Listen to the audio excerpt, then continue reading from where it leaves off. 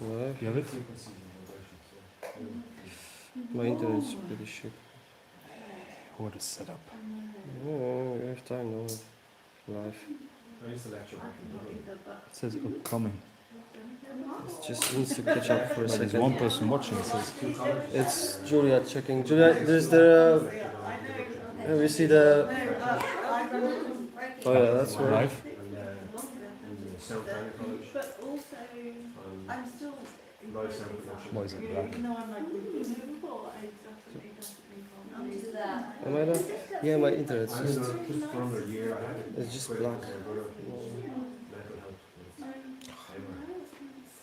spoiled by now, down to the Julia, can you? Is it? It's weird, huh? Oh yeah, it's all good, guys. All good? Yeah, I found it here too. Let's get started then. Okay. Is everybody comfortable? Oh, very much. Okay, so I'm going to do a presentation on spiral dynamics.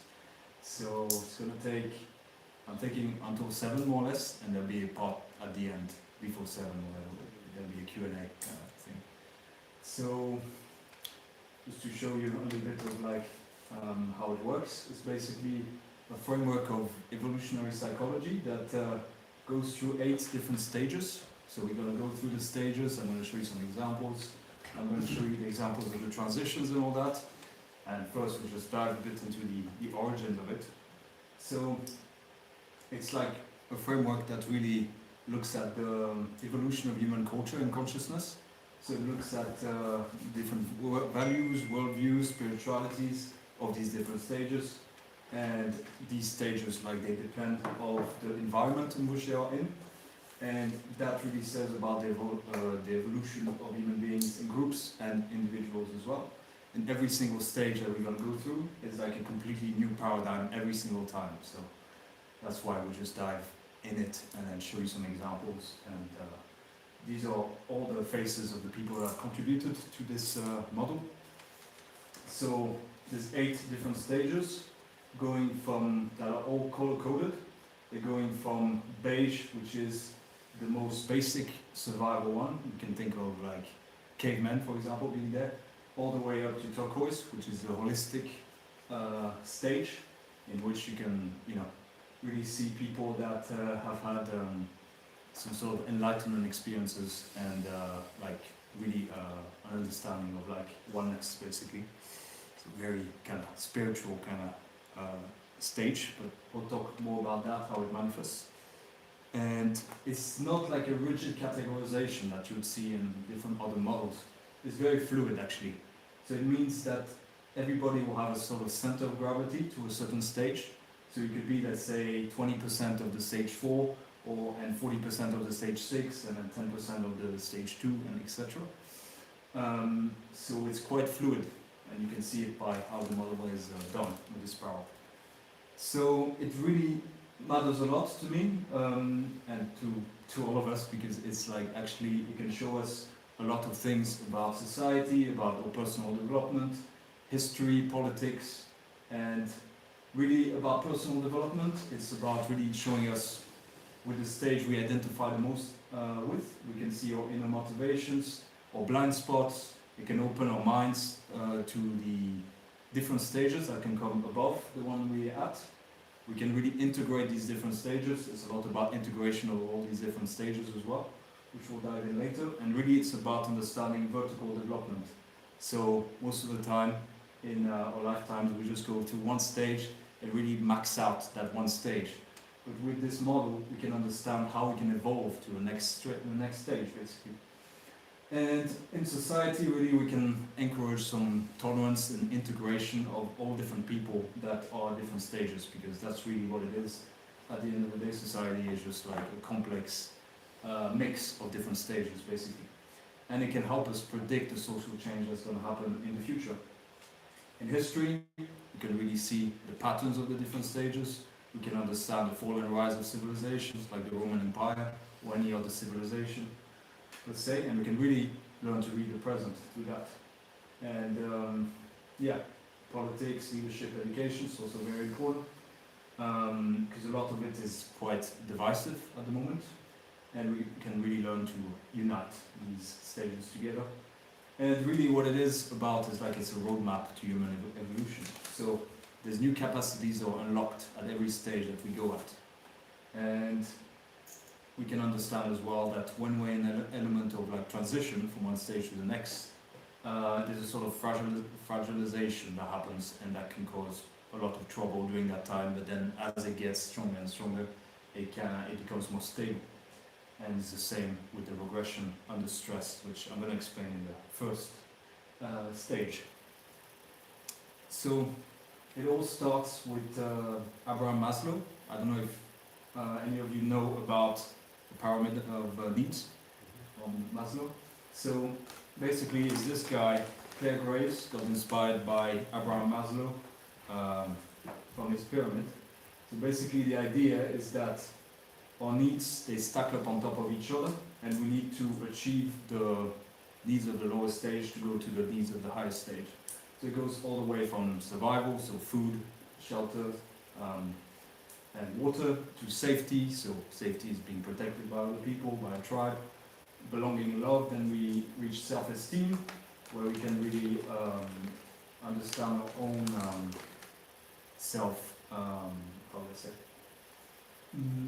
We can really reach a point when we, confidence basically, and then self-actualization at the very top, which is basically being able to like work with what you find to be your purpose in life and your creativity, and really going with your own individuality basically, which you couldn't do before basically.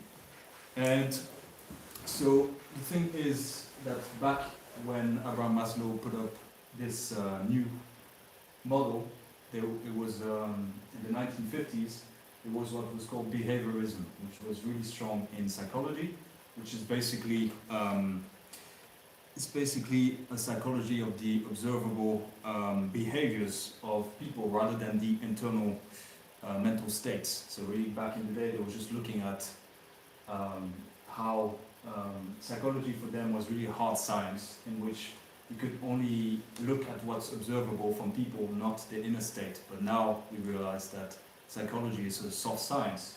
So it means that it's a lot about our inner states that matters the most actually in psychology.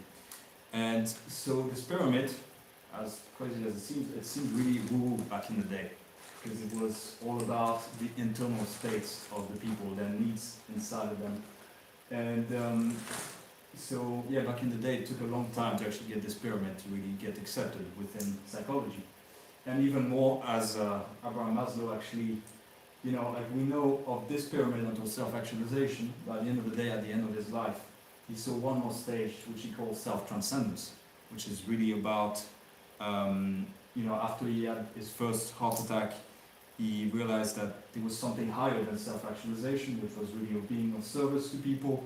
It was all about some of the deep experiences that he lived, or like interconnectedness, and yeah, it's just service, unity, the loss of ego, basically. So that just didn't get accepted really in psychology, because just way too woo for back in the day, and even for now, when you think about it.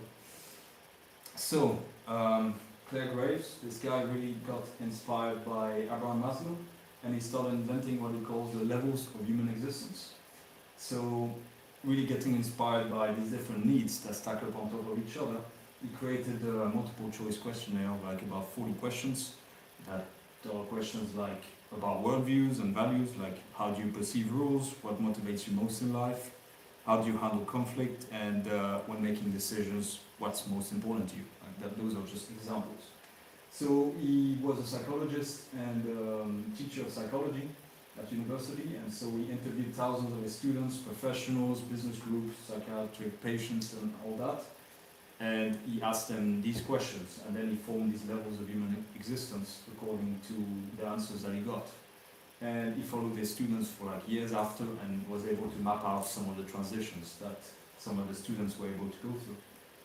And then, so what ended up happening is that since we were in this paradigm of behaviorism, like actually all of his life work was just kind of like for nothing, in the sense that he didn't get to publish it.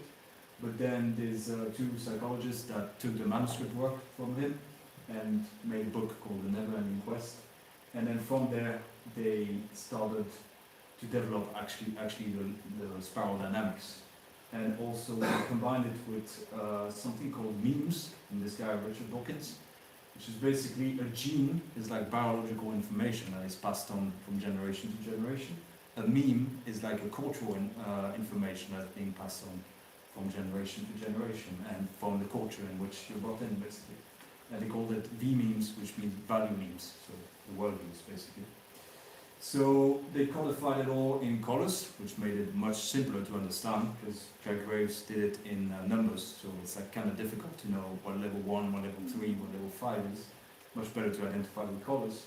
And they did actual in-field studies of like African tribes, corporations. They did it in political and educational contexts as well. And they turned it into a usable tool to resolve conflicts and politics, leadership, business, all of that. And their work was actually to consult with this approach. Like they even went, like Don Beck went as far as going to Israel, Palestine, and trying to solve some conflicts through this. Obviously, it's a very difficult thing to solve, but to that he was able to find some insights. And Don Beck's still alive, but he's really old, and then Christopher Cohen is dead now, deceased. And now that's really the time we're at now. So this guy Ken Wilber, I don't know if any of you know him, just there. So he's like a philosopher and theorist, and he's like really into self-development in general. So what he did is he simplified the model for just a broader audience. Like he's popularizing the whole thing, and he really made categories that are much easier to understand rather than the book that they made about spiral dynamics, Don Beck and Christopher Cohen. So they categorize it in values, spiritual orientation, leadership style, the pathologies, the limits, the cultural expression, and he really transformed it into a self-development tool, because before it used to be just to consult for and for these different businesses and organizations. It wasn't really for the individuals at the end of the day. So really he splitted these stages into 2 tiers, which he calls integral and pre-integral, which we'll dive into, which have like there's a major paradigm shift between the 2 tiers. And his idea as well is that every stage, as we go through them, we actually transcend each stage and we include some of the stages below as we go. It's not fully like we let go of the stage below, we include it all of the time. Even if we think we're rejecting it, we're actually including it in some sense. So yeah, that's the idea. So basically, they are split in 3 tiers, because there's one that's really based on survival, pretty much, because it's a lot about how do I survive on a day-to-day basis. And then we reach the pre-integral stage, which is more about how the survival in the abstract, in the sense of like the survival of the ego, of the principles and all that. And then we get to the integral stage, which is no more about survival, but it's about prosperity of the whole spiral, basically. And so what ends up happening here is that it's a spiral, because what ends up happening is like one stage will go more towards the individualism, so in a sort of way it expresses the self more, to then another stage that will deny the self, that will be more collectivistic, and then back again every time.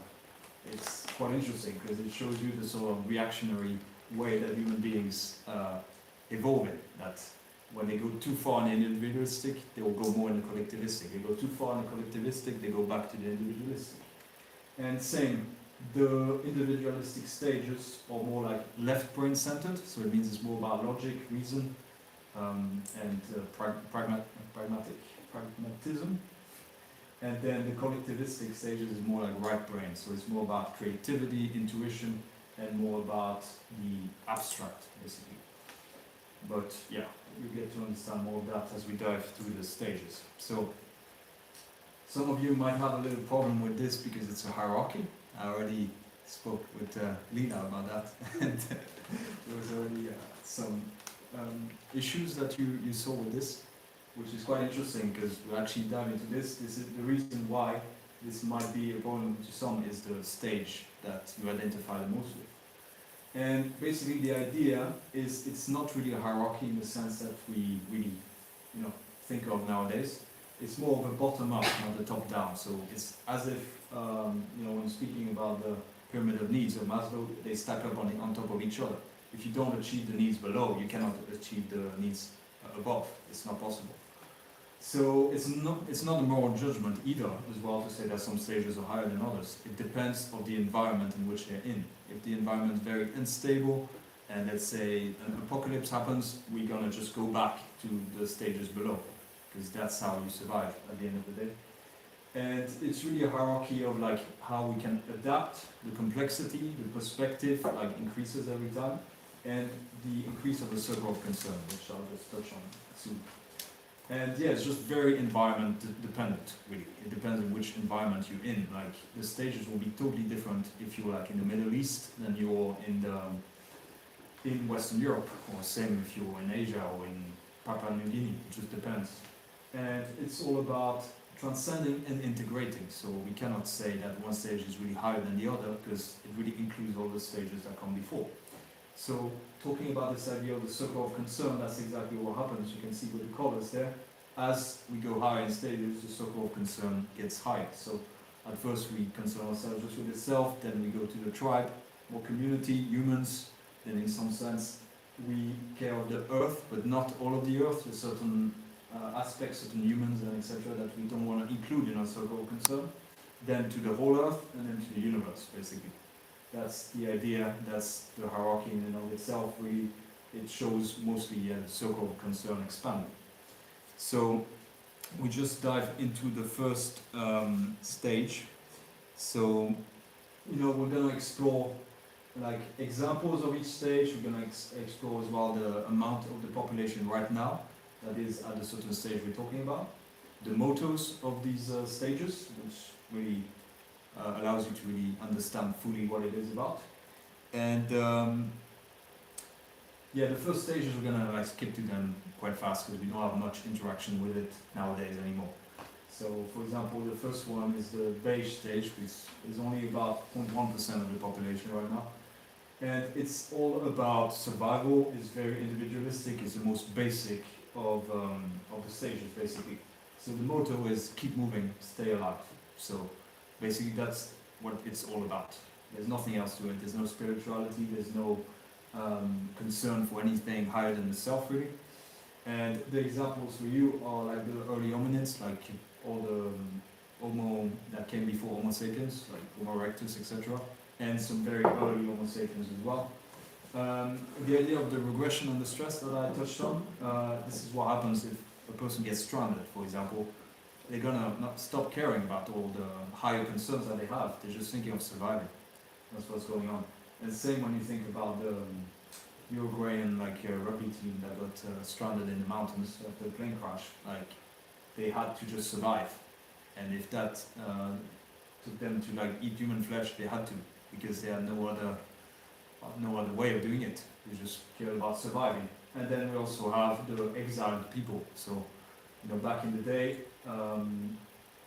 if you're being exiled, let's say 1,000 years before Christ, for example, you would just be exiled, and then no one else would take you in the tribe. You'd just be left alone and have to fend for yourself, basically. So that's the idea. So it's really pre-spiritual, this stage. It's really about a focus on basic needs. It's extremely opportunistic. It's all about let's find an opportunity to survive. I don't care what it means. It might mean killing another human being, but I don't care. It's just about my survival. It's all about instinct, pure survival basically, and it's to its own, and it's like a sort of animal-like kind of stage. And usually it's pre-verbal, because usually it's not going to be necessarily one individual on its own fending for themselves. It can be a tiny group of individuals, like 5. So usually they have little cues and all that to hunt together or whatever, but not much more than that really. So examples for you, there's some more there. So the Neanderthals, for example, a very big example of that, and that's why most of them all of them actually didn't survive, because they were not in tribes anymore. The early hominids before Homo sapiens, babies are kind of there too, because if you think about it, if a baby is left in the wild on its own, it's not gonna survive. And really at the very beginning, it's all about getting food, and that's it. stranded people, or like that as well. Patients under palliative care, basically they just, you know, it's all about how they're gonna survive. It's all that they can care about basically at that time. And then the idea of Skogamore, that's kind of exiled people in the like outlaws in Viking era basically. That they just, you know, they done like murder or something like that, and then they just get marked on their face or like a tattoo or something. And if they go to any other tribe, they will know that these people are outlaws, so they cannot get into a tribe anymore. It's not possible. So basically, there's big limitations to this stage. Like there's no self-reflection at all. Really, it's very vulnerable because it's not in groups. It's in all tiny groups. It's very limited to survival. It's got absolutely no morality, and it's got no reliance or very little reliance on others. So what ends up happening here is that basically we have such a big survival pressure in the harsh environment. Like let's say, imagine like winter comes and then you're just a few people. How are you gonna fend for yourself during the winter? Very difficult. So what ends up happening is that the pressure creates a type of social bonding and a tribe. So it makes people able to communicate with each other. So it becomes verbal. They start to invent a language for themselves. And then what ends up happening is there's a sort of passed on pattern recognition, which means that as the generation pass on, they'll just pass on more and more of this pattern recognition, basically which plants are going to be edible, which plants are poisonous, and where you can find certain animals to hunt at certain times. And really it creates these cultural norms and rituals that are extremely important to bond, basically. So the example I have for you there is the cavemen that started to like bond together into bigger tribes. So then what ends up happening is that there's a sort of speech and there's a crude spirituality that arises. Basically like cave art, burials, and like some sort of rituals and spirit worship that starts to happen, basically from there. And so then we reach the stage purple, which is, the motto is honor the wisdom of the old ways. So that's very tribal. And now we go from individualistic to collectivistic. It's about the tribe. It's not about yourself anymore. It's how the tribe survives. So this stage is about 10% of the current population right now. Most of it would be in like South America, some parts of India as well still have that. And of course, it's difficult to really pinpoint how many people are in this stage, because it's a center of gravity. They might have some center of gravity, some parts of their psyche that is higher than that, but most of the center of gravity is centered there. So basically, this tribe is very tribal and animistic. So animistic means basically that they see things and objects in the wild that possess a spirit. So for example, the sun has a spirit, the rivers have a spirit, certain animals have a spirit, like all of them actually. Trees, all of that. The moon has a spirit.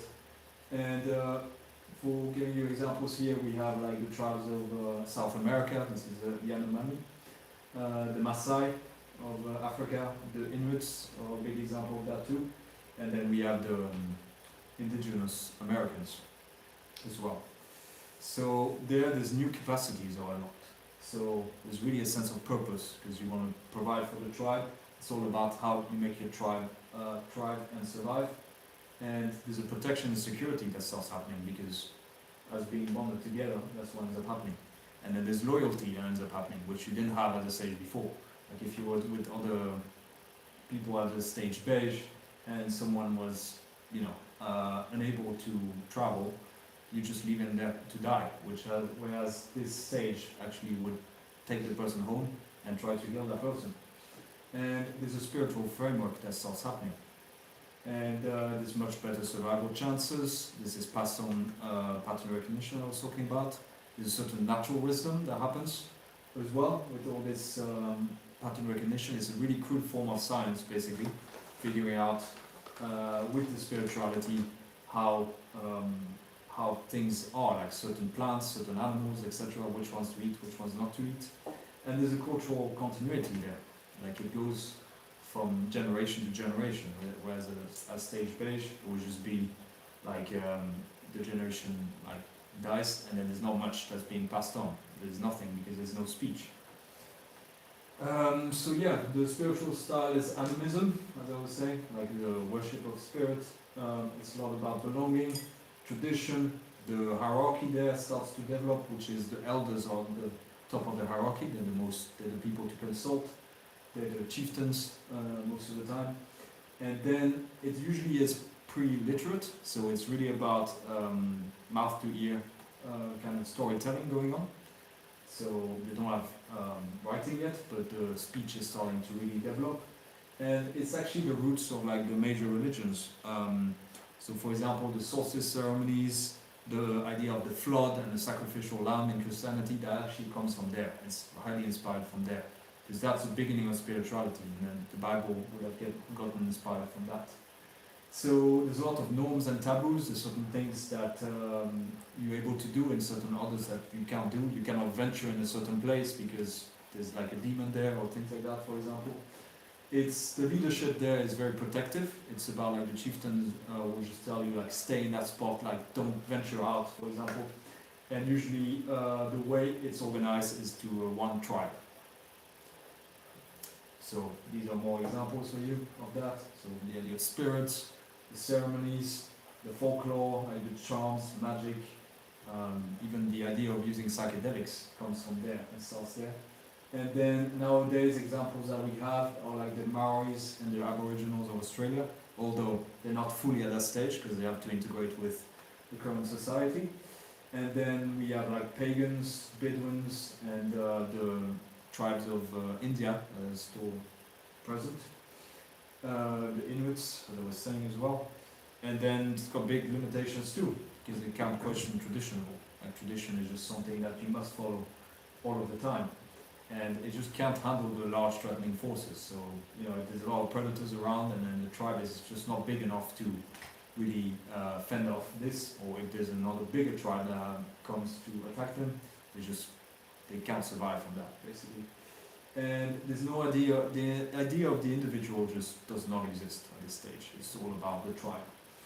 There's a big fear of the unknown, as I was saying, and yeah, it works only for small isolated groups, because that's why there's still some of these tribes in South America, for example, in the Amazon, because it's just isolated and they don't have like the connection to the rest of the world and what's going on. And the big problem there is that actually the conflict really arises when you encounter the outgroup. When you think about it, these tribes, you think of them as very peaceful, but in reality, they have certain traditions that they follow, and if they see another tribe that doesn't follow that tradition, for example, let's say a certain tree is sacred, and you don't touch it, and then another tribe that they encounter chops off this tree and then makes houses with that, for them it's like a reason enough to create war and conflict with them. Because it's really important for them to follow this sacredness, basically. So what ends up happening when this conflict arises, when there's more of the outgroup that you end up finding, that then pushes towards another transition, which seems to most like regression, but in reality it's progression. So the tribes will become larger, and then there'll be more interactions with the other tribes that are nearby. And then these traditions will clash big time, and what ends up happening is a sort of arms race happening. So basically, who's going to exterminate the other tribe? That's the survival concern, basically. So they arm themselves up, and they have, like, their spirituality becomes much more about, about winning, basically, against the other tribes. Because then you want your tradition to take over, basically. So the big example that you have here is actually the indigenous people of the Americas. When the colons ended up coming, they actually really disrespected a lot of traditions. Like they started like burning some sacred lands, trying to own these lands, or like really, how would I say, they would just they would completely disrespect the traditions, and they will tell them to stop certain traditions and ceremonies, basically. And yeah, so you know, like they destroyed like some totems and things like that that were very sacred to them. So the traditions of the indigenous Americans had to change from there because they were about, you know, they were gonna get exterminated if they let themselves like be attacked like that. So what ended up happening is that a lot of the spirits that would be more peaceful before, they would like start invoking some battle spirits for vengeance and start to really try to exterminate the colonists. That was what they wanted to do. They didn't manage to do that because of the number. But like for example, the idea of scalping, this wasn't really common before when they were more at stage purple. And then when the colonies ended up happening, they ended up like scalping became really widespread because it's all about vengeance and then let's say it's the glory of bringing back the scalp to the tribe to say like, oh, we won basically. So it becomes more violent at this stage, much more violent actually. So the motto here is like might makes right. So basically, if I'm the most powerful, if I'm the strongest, I'm gonna take power and that's it. There's no morality to it. So we swing back to the individualistic stage. So it's very left brain as I was explaining, and it's about 15% of the population right now. These numbers, don't take them for granted, we don't really know, but it's like an estimation. So we reach the point of like power and impulsivity basically. So examples for you are going to be pirates, Vikings, the mafia. That's one of the stage red that we will that's one of them that is still existent today. Big example. And then we have like Mongol hordes like Genghis Khan and all that. But yeah, you can imagine also like thugs or any gangs and things like that. They are really much at stage red. It's all about fear and intimidation.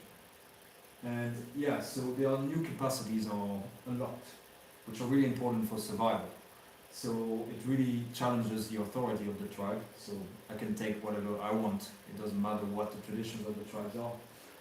There's a certain amount of courage that rises here, and then it's all about dominating the environment, which creates more chances for survival. So there's a certain personal empowerment that ends up happening here. And there's the initiative to go out of the tradition. So whereas stage purple was fearful of the unknown, stage red is not afraid of that anymore, and it will just explore. So the spirituality of stage red is heroism. So it really is about glory and honor, and it's about developing a sort of fearlessness of death. It's all about fear and intimidation. That's how it, it's not necessarily like that only the people that are in power are doing this fear and intimidation, that everybody understands within this tribe that that's how the world works basically. It's whoever has the most strength, is the most assertive, is going to take over and become the top of the hierarchy basically. So it's very ego driven, it's extremely impulsive as well. It's just like, I take whatever I want whenever I want. It's kind of like a raping and pillaging kind of culture. And there's an emergence of writing that ends up happening, but like it's kind of crude, like some sort of like runes or certain hieroglyphs or things like that.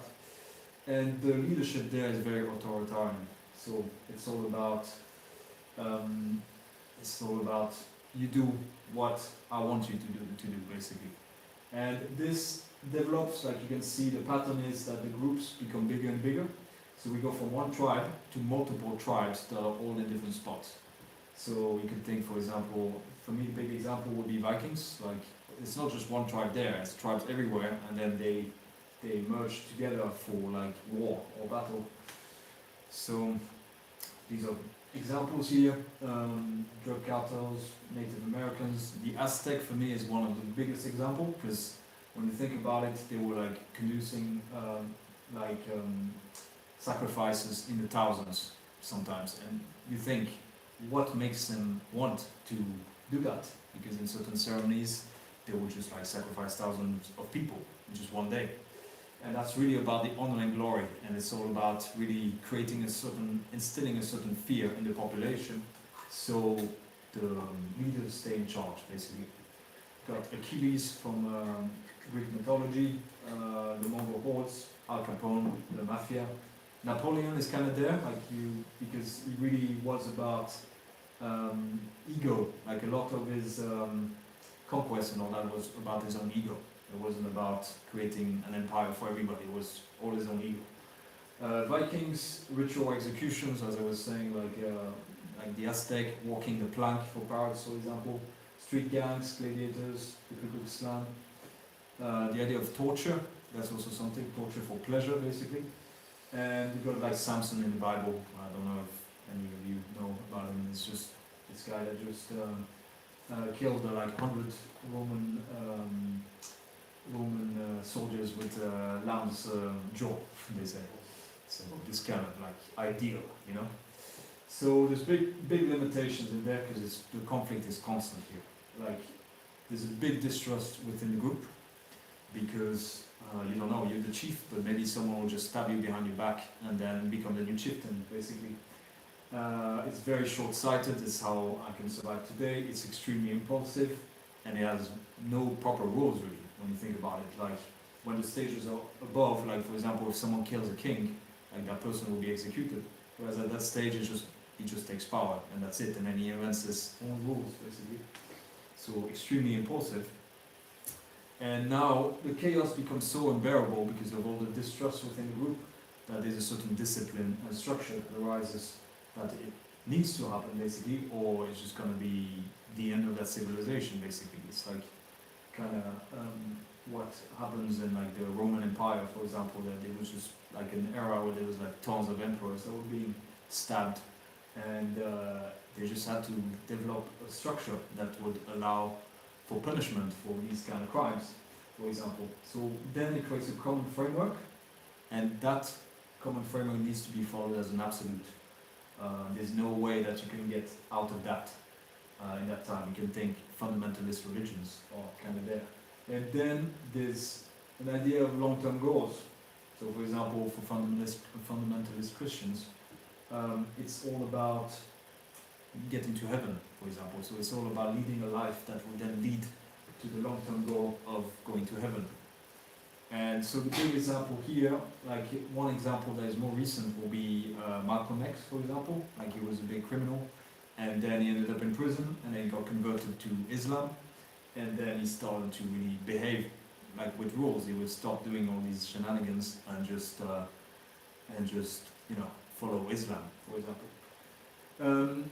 The example from back in the day would be like Genghis Khan. So this guy just ended up like dominating about 15% of the Earth's mass, and that is because he reached the next stage, the stage blue. So from when he was really small, like his dad ended up dying when he was like 9 years old, and he was really like under constant threat that a certain chieftain would just end up killing him, basically. And he practiced what we call like the scorched earth policy, which is basically you invade a tribe and then you burn everything, even the crops and everything. You don't take anything, you just let it burn so they cannot reconstruct, so we can become more powerful. And you know, this is well-known idea that he was just raping all the women in the village to just create as many children as possible, killing most of the able men. And then what ended up happening is that you realize as his empire grew bigger that it wasn't a sustainable option anymore to do this. So he invented a certain book of rules called the Yasa, and these rules made a sort of protective thing for like if someone was to be conquered, like actually they wouldn't be killed, they would be integrated within that society. So he's really forward thinking for his day and age, even though of course there's still a lot of violence in there. But certain rules ended up happening, like a sort of like respect of everybody could practice their own religion, because within this part of the world there was tons of different religions. So if all these religions clashed, at the end of the day it would just be a bloodbath all of the time. So it's not necessarily for tolerance sake, but it was just to maintain the order within that civilization. So that's really a big transition from red to blue. So basically we transition from the basic needs tier. It's all about survival today, how I'm going to survive today. Like beige is about how I'm going to eat today. Purple is how my tribe's going to eat today, and then red is about really survival in a sort of like violent way. basically. And then we reach the pre-integral tier, which is all about survival tomorrow. So that means that it's all about survival in the abstract way. It's survival of the ego, survival of principles, rather than just survival of the self. Because I would say the basic needs are kind of all being met usually around this stage. Not for everybody, but in general it is. And basically it goes from like the immediate survival needs to belonging to the tribe, complete immediate gratification. I want to eat, I'm just going to hunt now and eat and then not think of the long term.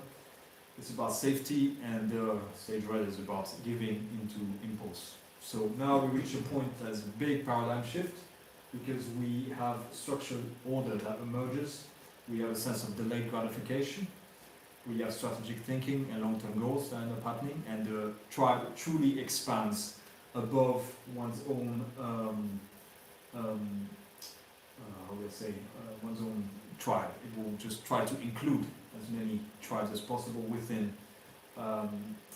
this frame, which is basically about following absolutely the abstract principles in stage blue, which I will show you just a minute. And then we reach a certain point of emotional regulation, which did not happen before. It was just about, I have a certain emotion, I'm angry, I'm just gonna like be angry and do something about it. Whereas there we can just think, oh, I'm angry, but yeah, it doesn't mean that necessarily I need to act on that. So then we reach the stage blue, really illustrated by Moses, like the 10 commandments. Yes, exactly. So the motto here is, there is one right way and only one. So then we swing back to a collectivistic stage. And at this point in time, we still have 35% of the global population that is there. If you think of like China, you think of like Russia, you think of all these other countries, there's actually, and there's a lot of, there's billions of people in these areas, so that's about that. So we swing back to collectivistic, and it's all about order and more absolutism. So for you there, we have like fundamentalist Christianity, even communism would be in there, because it's all about, you follow these certain rules of that ism. You got Rome as well. It's not about getting any personal power. It's like, as they say when they go into battle, it's like for Rome. It's really for this ideal of Rome. You got fundamentalist Buddhist monks, although nowadays it's not as fundamental as it used to be. But yeah, the new capacities are unlocked here. It's like a stability. There's a certain discipline that comes in, and there's a big conflict reduction, because this stage is actually much more benevolent than we might think. Like, of course, there's all these crusades and things like that, but at the end of the day, since people are uniting, it means that there'll be less conflicts within all of these people that follow the same framework. So it's less of a bloodbath compared to like stage red, for example. And it's really about long-term thinking. It's very cohesive, and it's all about uniting and integrating people. So it's clearly a framework to follow, which is really helpful when you think about it. And that's kind of the example of like the thug that just commits murder and burglaries and etc. And then he finds God, and then he has a framework to follow, which allows him to not be acting so impulsively anymore. I was thinking, you've seen the Viking, the series. Yeah. You know when Ragnar starts to convert himself to Christ, to Christianity, do you see it as kind of yeah, actually, that's a big example. But Vikings in general, there was a lot of Vikings that turned back to Christianity. They were looking for this order. Yeah, this order, like they had enough of all these killings, and like imagine your entire family got killed in like a bloodbath. Like you're gonna try to find a way so that never happens again, So that's the kind of like pressure that will bring that. Take this call. Very good, Milan. I'll catch the rest. Okay. Right. So now the spirituality of this stage is absolutism. It's all about following as a framework as an absolute. There's no way you get out of that, or you get punished. So it's reward if you're a good boy and you follow the framework, and it's punishment if you don't. You get hanged or you get burned like a witch, for example. It's all about obedience to rules and laws. The hierarchy here is not anymore about who's the most assertive. It's whoever's legitimate to be in power. So, for example, in Christianity, we have the monarchs and the kings. They are elected by God, as they say, or like the ones that are ruling is the church, it's a priest, and no one can just come in and then become king like that, or you just get punished by death if you try to kill one of the kings, for example. So it's really the rise of government here, and it's government that is ruled by theocracy. So it's basically ruled by an absolute principle, by God. And here at this stage, it becomes kingdoms and empires and dictatorships, basically. You can think of like the USSR. USSR, for example, is there. Like all the Christianity, like the fundamental Christianity, it's all about duty. And here we reach a point that is a codification of major religions, meaning that they all put into a book, like the Torah, the Bible. What's the one of Islam? The Quran, yeah, exactly. I forgot that one. And then it's often monotheistic. So from before, you think of like the Greek gods, the Viking gods. There's so many different gods that you can follow, and so it's really difficult to follow an absolute to adapt, because you might follow one god more than the other. And so when you have one god, it's much easier to just put that framework and that everybody agrees to that god, basically. So it's very moralistic, the leadership. It's like you better do things right, basically. You know, this kind of idea of like, you can think of teachers back in the day that was just like, if you do something wrong in their way, they just like snap you with a ruler, for example. It's a kind of idea as well. It's not just in religions, it's in general. And the examples, for example, a good example that is not religious is the military. That's exactly that. There's just strict orders, and if you don't follow that, well, you're kicked out, you know, for example. The Amish, big time as well. So, you know, no technology, we don't want any technology, we don't want any phones, that's the rules, that's how it is. If you want to be Amish, you need to follow these rules. China, in some respect, has some of that. Just people are just, you know, trained to be good boys, basically, and good girls. And the feudal system as well is there. So it's basically, you know, this caste system of Western Europe, which is basically there's the kings, then there's the nobility, and then there's the serfs, so which are basically the slaves that work for the king. North Korea is there too, with a dictatorship. Some parts of the Roman Empire were there as well. Communism, the Pope, but as a figure, not the current Pope, but the idea of the Pope. The Crusaders, like actually kind of like on both sides, when you think about it, the Islamists and the Christians in that respect. They were fighting both for the same absolutistic rule, and you know, one had to win basically because it's absolutist. And the caste system of India is there as well.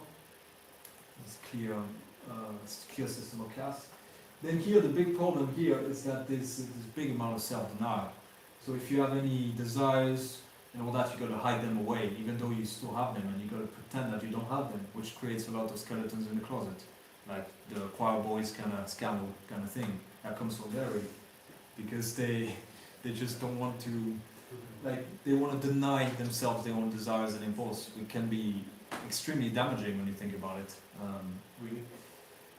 Because you still have these desires, and somehow if you don't accomplish them, there's going to be like darker desires that are going to come.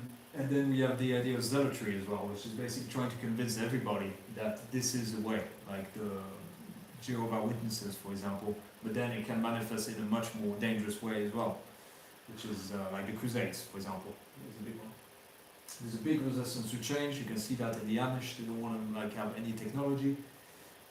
It's prone to take the scriptures quite literally. So the Bible, it would take it literally, as is, and think like, oh, there's a God in the sky and he's human and all that, and that's, you know, that's kind of a figure of speech, but they take it literally, and that's not what Jesus was really talking about when you think about it, which we'll talk about later. It's quite inflexible, and the big problem is there's a big suppression of individuality and freedom. You got to act within that framework, and that's all. There's no other way. So this is when it's worth talking a bit more about the stages. because there, that's where most of us have a sort of center of gravity towards, this and the stage above. So the idea of self-denial and authority are being completely questioned there. And then we reach that stage that we call stage orange, and then there is the rise of freedom and initiative, which leads to the rise of logic and science, which was really not there. Stage blue, there was still a lot of superstitious stuff going on, which wasn't really led by reason.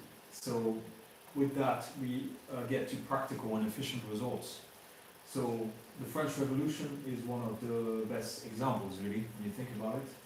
It's like people were just like had enough of the unfair taxation, of monarchy, of all these debts for wars and etc., that they just chose to revolt, and they revolted with a certain amount of reason. They were like, let's create a meritocracy, not this monarchy like that.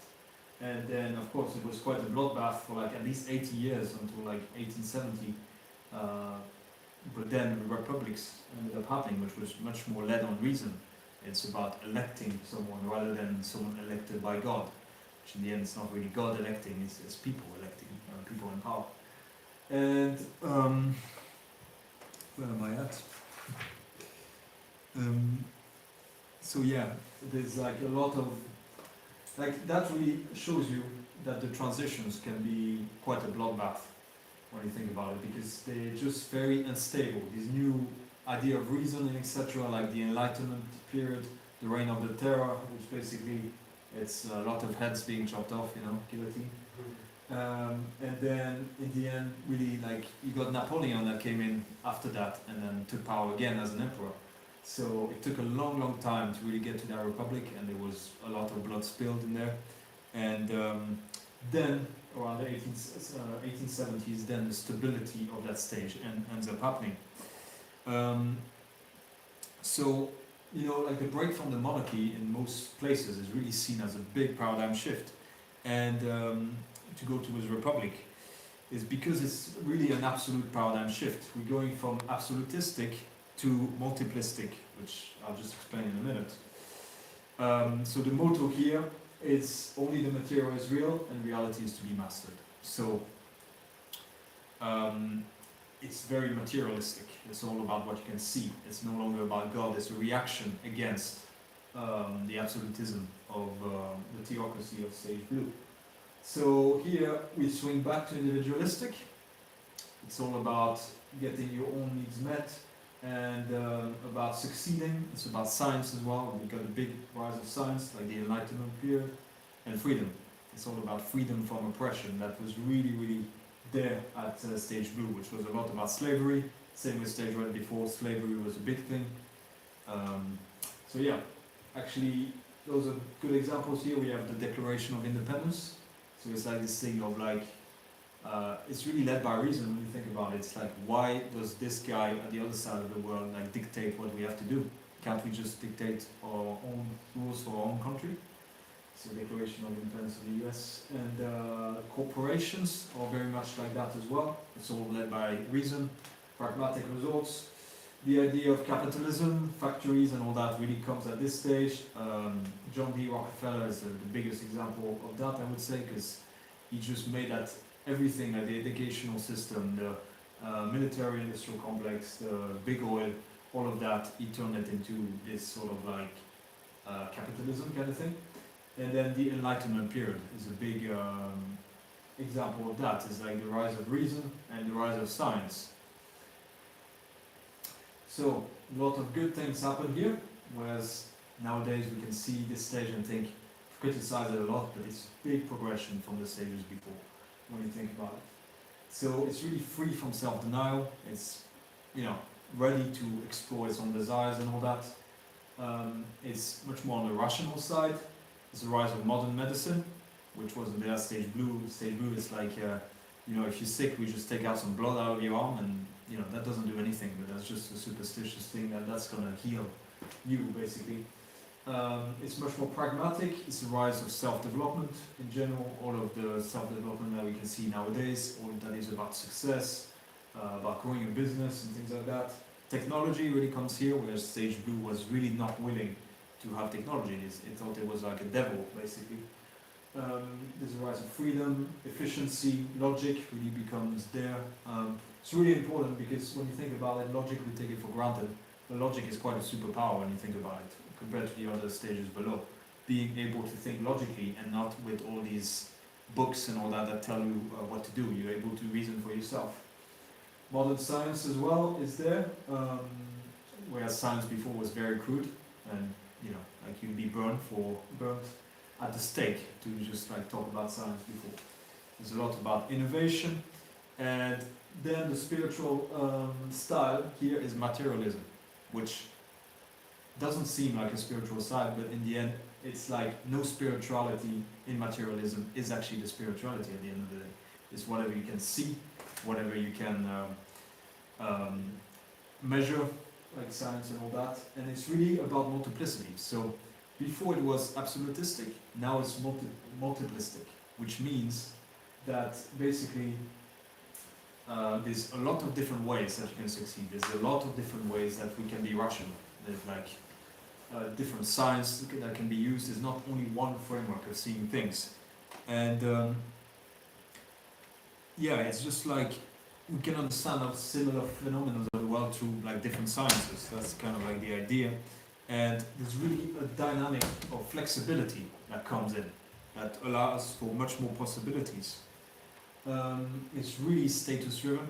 It's a lot about your own status. It's a lot about science. The hierarchy here is a meritocracy. So whoever merits to be at the top will be at the top, based on his skills and his smartness and all that. It's very transactional at this stage. It's all about like friendships and all that. I mean, they're not all transactional, but like there's any like business groups going on, we really want to create a sort of like it's transactional. It's like a win, like you make me win, I make you win sort of situation. Here we have the rise of what we call rational ethics. So it's like really these ethical decisions are made on logical ground, not on just like what the book says. So you might, yeah, there's a lot about capitalism as well. That's it. It's a lot about the meritocracy of capitalism, libertarianism. So basically all these ideas of like free speech and, for example, in the US would be like the right to bear arms, like to do whatever I really want to do. Basically, this kind of idea that if everybody pulls themselves out by their bootstraps, like everybody will be good. But that's kind of like, we'll dive into this. This is kind of like, can be a bit of an issue. It's really the rise of self-responsibility. It's like really realizing that it's a big cognitive shift when you think about it, because you're able to have your own responsibility for what happens in your life and then to fix that from there. It's all about the good life. So obviously a lot of people that are stage orange are not going to be CEOs and things like that. A lot of people caught in the cog of the wheel of this entire stage. It's all about achieving a good life, you know, for yourself, like having all the necessities that you want, and you know, not necessarily being rich, but you know, living in that world of materialism, basically. It's all a lot about equal opportunities, and you might not think that of this stage, because if you see it at a stage isolated without thinking of the stages below it, really like this stage is really like promoting equality. So for example, you know, like the absolutism, the abolition of slavery actually got created by the stage, because basically what the stage before was saying is like a black person is only 2/3 of a person, but then realizing that these are like actual human beings, it's just like this is a full person and they have a right to live without being enslaved. So really it comes here, and that's due to the rational ethics I was talking about. The leadership is very strategic, so it's a lot about yeah, like pragmatic sort of leadership. And then usually the networks are created here are more like rational and pragmatic. So that means that it's let's all get together to achieve a common goal, like I say within a business or within science, like let's get all together and then figure out this thing, you know. It's not like a tribe anymore or something like that, because then we're reaching the point of like extreme individualism, which makes that there's no real tribe, but still this circle of concern has expanded to include the whole nation and to go quite international. Whereas the stage before, it would be even, you know, sometimes it would just be different towns who would like fight with each other to a point where it reaches like a nation based on the same absolutistic ideal. But yeah, those are examples of this stage. There's actually a lot of good things that come out of this stage, which is like the abolition of slavery, as I was saying. Yeah, we can no longer like have. It's not reasonable to say that a person of color is not worth as much as a white person anymore, because it's just rational. They're human beings. We share the same DNA, so it's like it doesn't make any sense. The idea of sanitation as well. This is really important, because when you think about it, before that stage, what ended up happening is like a lot of people would just die at surgery because the surgeons would not even wash their hands. So just the idea of sanitation, washing your hands, that's just a rational, common sense thing. Entrepreneurship is really there as well. The USA is like big time. The United States and the founding fathers is really the big example of that stage. The Olympics as well, which is really about, you know, obtaining status through like how strong you are at a certain sport or something like that. Corporations are there, and then in terms of people, we can see Rockefeller as a big example, Macron, French president. The factories are a big thing that did not arrive before that stage. Stephen Hawking, Neil deGrasse Tyson as well, like real big example of like just pure science. Like there's no way that God exists because this and that. That kind of idea. Arnold Schwarzenegger as well, like all the movies, the bodybuilding, all of that. That's really a stage-oriented idea.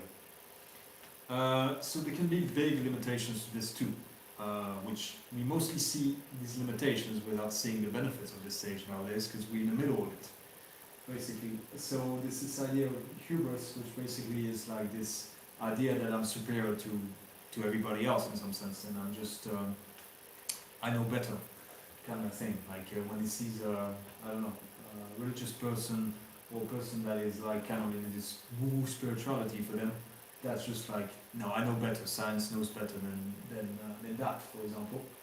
It can be a quite short-term vision. Sometimes, like within business, it can be like, how can I maximize the next quarter without thinking at all about all the people involved. It's quite selfish and manipulative when it can be. There's a bit of an overindulgence where addictions end up happening, like different types of addictions, to drugs, to sex, to workaholism and all that. There can be an overly libertarian ideal, which it's this idea, as I was saying, that if everybody pulls themselves by their own bootstraps, all of society would be much better. But that's actually quite an idealistic view of the world, because there's a certain degree of consciousness that needs to happen to attain that self-responsibility. And a lot of people nowadays are still at the stages below that. So we cannot like expect everybody to do that, and certain people also are in very poor situations because of that same stage with the overly like capitalism and all that makes that like such industries as like big pharma, the military industrial complex, big ag, or like the educational system, they accumulate more fortune while leaving others left disabled, basically. Like all these different drugs that are really actually bad for a lot of people that are not being tested. It's just about making money, basically, at the end of the day. So this overly libertarian ideal can be quite problematic. There's a lot of reductionism that happens here. It's this idea that we always isolate things and we don't see the bigger picture. It's all about, if I do business, I just see within that business. I don't care about the sustainability of it. I don't care about what's going to be the added value that we really provide to society. The burnout can happen quite easily there because of this workaholism. And there's a big win-lose mentality. It's like, if I win, others have to lose. So if a corporation rises higher than the others, then the others have to, they all lose, basically, within that. There's a big spiritual disconnection here. That's actually the stage that will probably experience the most spiritual disconnection. It's just not feeling that there's any God other than science, which is this next point, like scientism. So basically, it was like theism before, which is like there's a God, absolutism, and then scientism like rises to replace that. So it's the belief that science is the only reliable source of knowledge. So, and that if only there was more science in the world, then we would resolve all the problems on the earth, basically. So scientism really replaces religion. There's no intuition and all that stuff. That's just woo-woo stuff that we don't take care of. We need to measure everything, and then, yeah, everything needs to be measurable, which a lot of things we're not able to measure. It's not possible. And then we have this excessive individualism that ends up happening. It's all about me, me, me. How can I thrive as best as possible? And sometimes, not always, there's like a healthy and an unhealthy side of that. The unhealthy side is that it can be manipulative to achieve its own ends. So, now, that's really where it gets really interesting, because most of us are going to really identify to that stage the most. There, materialism is seen as unfulfilling, and there's big limits to individualism that are being seen, because there's just a lack of a group connection, there's a lack of a common spirituality. And now there's a rise of the ethical and the moral reflection that didn't happen before, like all this stuff, sustainability and all that, it's like we don't care about it. And then there's a sort of diversity, relativism, and an awareness of the environment that really ends up happening. Whereas like this stage sometimes what ends up happening is that they just like dump some oil or toxic stuff into a river and into a sea, not caring at all about it. Whereas the stage really more start caring about this. It's really important to not just maximize money and material. So, big example here is going to be the hippies. So, yeah, the hippie movement of the 60s, it's all about the alienation from capitalism and individualism. And it's this kind of like typical Into the Wild realization kind of thing. I'm sure most of you have watched Into the Wild. It's this kind of thing of like, fuck it, it's materialism and individualism. It's like not leading anywhere. I want to go back to nature. This kind of idea, happiness is only real when shared. So the thing is, let's live our own way out of this system. Basically, that's kind of like what ended up happening in the 60s. Because of this alienation, basically.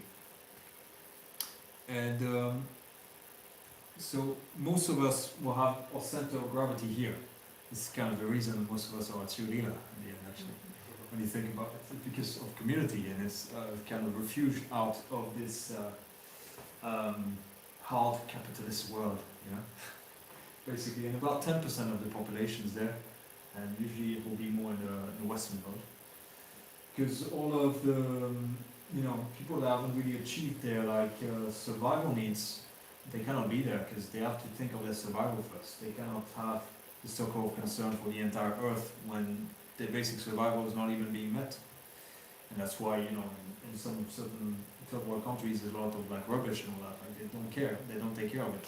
You just got to survive every day from day to day. So yeah, it's really, I think it's going to be the most interesting stage to talk about. And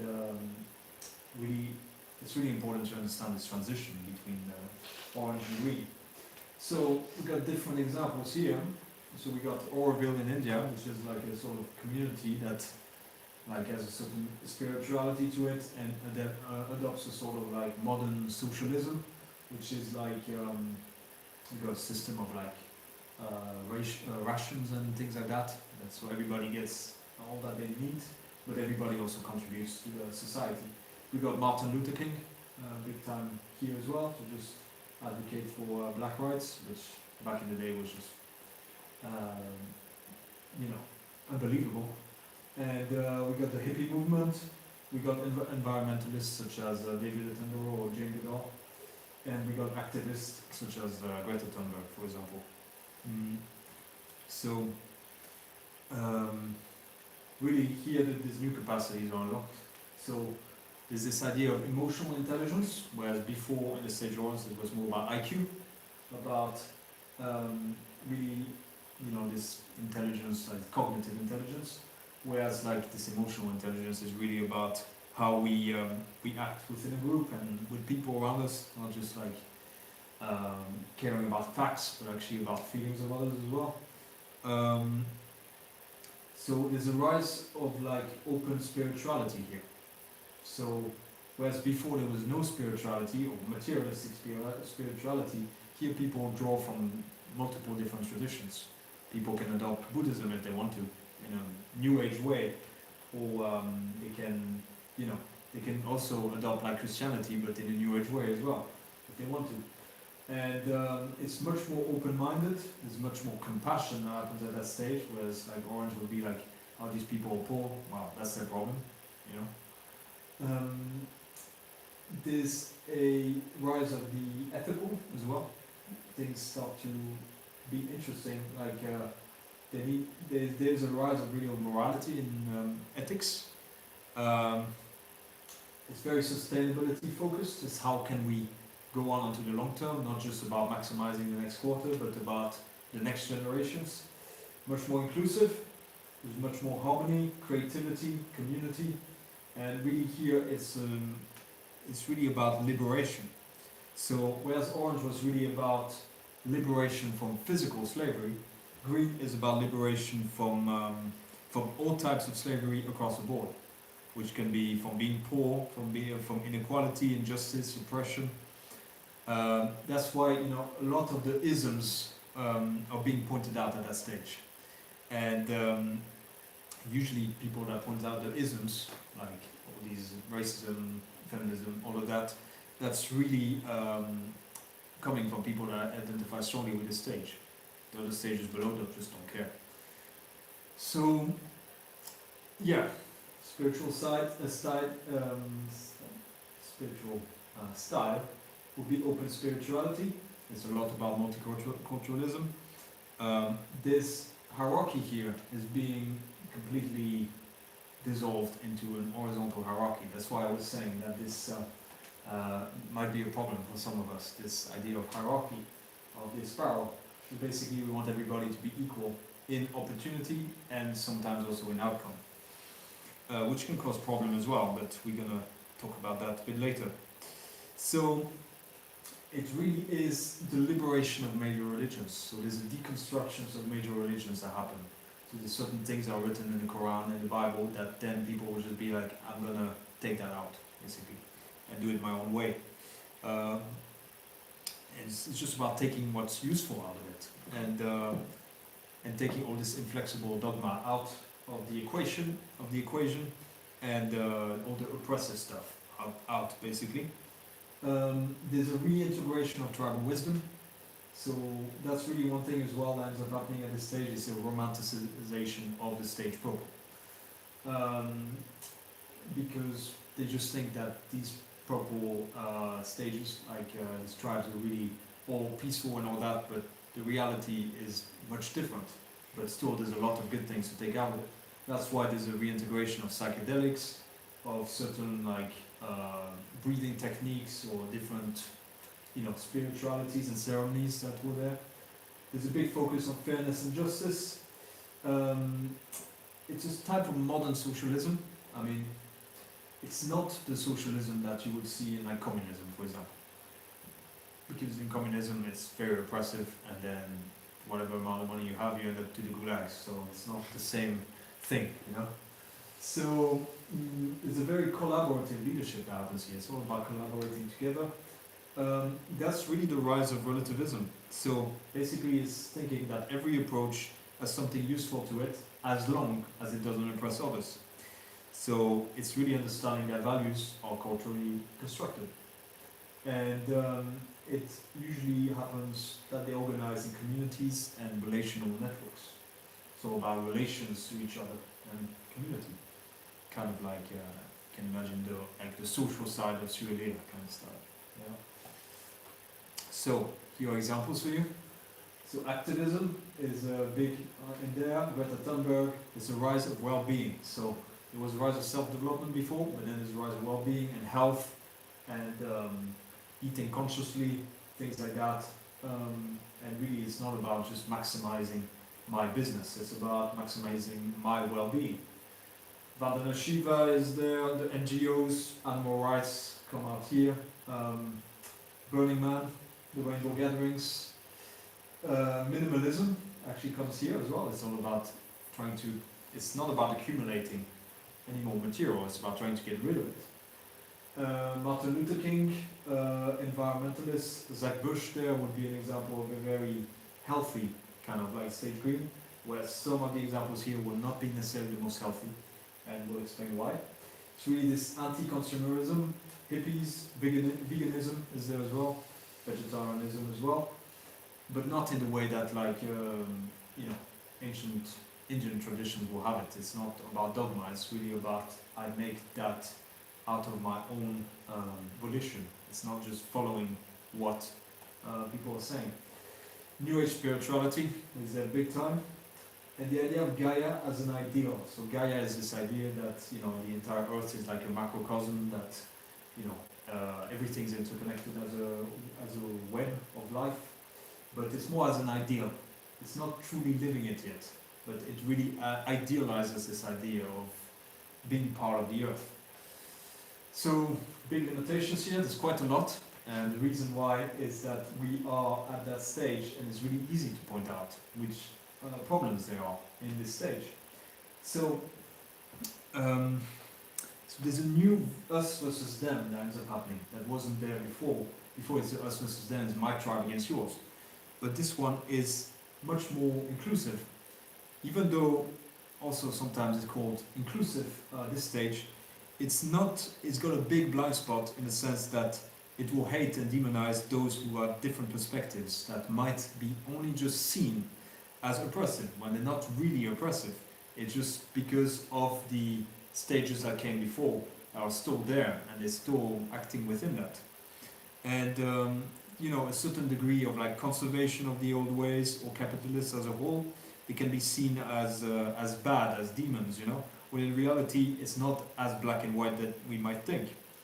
So it's not useful to find solutions, to demonize and to hate others that have a different perspective. So, most people in the world are stuck below that stage. So really, what can we do? We can't like snap our fingers and then everybody's at that stage. We need to understand that people are there and they need to go through their own development to reach that stage. And that sometimes as well there's like a sort of like idealism of minorities, that the minorities that it so vehemently defends can be stuck below that stage, and most of them are. So they're gonna have like certain beliefs and all that will completely clash with this stage, but still there's a defense of that without realizing that these people will actually could act very violently, for example, like against homosexuals or against blacks, against people of color. So it's really important to understand that in there. So it can be quite overly empathetic in the sense that it can then become oversensitive to conflict. So it tries to find solutions by fixing the emotions of a person to make them feel good. When really at the end of the day, some people would benefit more from like a proper empowerment of these people, because what ends up happening is that sometimes it will just assign the victim mentality to someone when really these people need an empowerment, not a victim mentality put on them. It's just trying. Sometimes it keeps people where they are rather than like empower them to change. It can be overly idealistic, as I was saying. There's a big impatience with social change. So you can see it like typically with like Greta Thunberg. You can clearly see that it's really about we must do this with a lot of anger in there. But at the end of the day, a lot of people are not at a stage yet that they can understand. They don't have the circle of concern developed enough to really include the whole planet as a whole. For example, it's not possible. You would need a big percentage of the Earth to be at that stage before we can get to that point. I mean, it's getting there slowly, but still. The thing is, what ends up happening is when you have this anger towards the others, you create a resistance in these other stages rather than an acceptance that will lead to find the real solutions.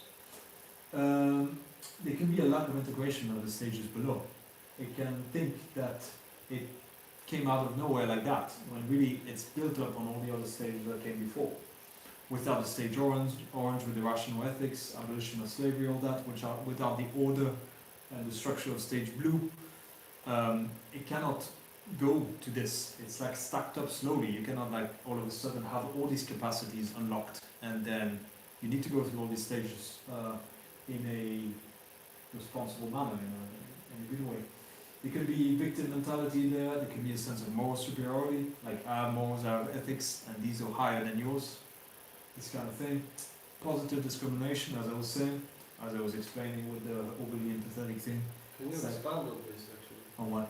All this positive discrimination. So what I mean is that it will put people that are in a minority into a kind of like helping them out, but giving them a hand, making them think that they're not able to do what they can do on their own, which is some good things to it, but there's also quite a lot of bad things, because psychologically it's just saying to people, you can only do it with the help of others, of this government and all that, which you can see it can backlash in some way, not always, but we can see examples of that. Is it And like feeding the positivity of the spawn to others? Yeah, exactly, and it's the idea of quotas, etc. Sometimes, like, you know, in certain places, what ends up happening is that a certain quota is for certain minorities, and then they end up hiring people that can be less capable in a certain way. Sometimes it ends up happening. There's a bit of virtue signaling here. It's a lot about whatever's happening in the world, we just want to call it out, but what do we do about it? We're just saying, but expressing without truly doing, you know? So, and there's this big problem, I would say one of the biggest is the demonization of the outgroup. So anybody that still is in this frame of oppression, even in the slightest way, it's going to be someone to demonize. There's no way that I'm going to even shake hands with people like that. It's not the case for everybody. As I say, these are limitations and shadows. Not everybody will have that. There's healthy ways to express green and unhealthy ways to express green. And now, since we had the transition, we can see a lot of these unhealthy things because it's transition. It's like, how do I deal with this new paradigm? So it's a bit tricky. And it can be a big consensus paralysis because of the horizontal hierarchy. It's like, let's wait until everybody has voted on a certain thing, and then imagine like certain people are against it. It's just like, you're gonna talk forever and ever and have meetings forever to figure out what to do. And then another one is the blindness to legacy. So it is quite blind to that because this stage is really built on the shoulders of giants. Sorry, just one second. And also, like in every stages, I think we have the tendencies to see a lot the bad sides of it. When you know, Some people can see a lot of a good side in one, and some a really bad side, depending on the stage you're at. Yeah, but I think everyone kind of focuses more like on the bad. You know, you can look at this stage. Not everyone, because like if you're like a capitalist and you're just like a stage orange, you think that this is the best. Yeah, right, right, right. Because if you're at that stage, Yeah, yeah, sure, sure. you will actually end up really thinking this is the best approach. And then you look at the other states of consciousness. Yeah, I'm just going to talk about that on the next slide. But yeah, this blind to legacy is just, it's standing on shoulders of giants, basically. So the idea, it's standing on orange, it's standing on blue, it's standing on red, it's standing on purple. And sometimes it can isolate itself and say, well, no, I didn't come from there, that's just, you know, I just came out of nowhere kind of idea. But no, it was a progression through your culture, through your family, through your ancestry that led to this place. So to start thinking, like, it's a very developed stage when you think about it actually, because you start thinking ethically and deeply about the problems of our world, and you start to take the entire earth into account. And for example, although it's like opposed to violence most of the time, it's actually very violent revolutions that have led to that stage to even happen in the first place. Without the French Revolution, without the Declaration of Independence, without the rise of like kings and etc. Like there's no way we could get to that point.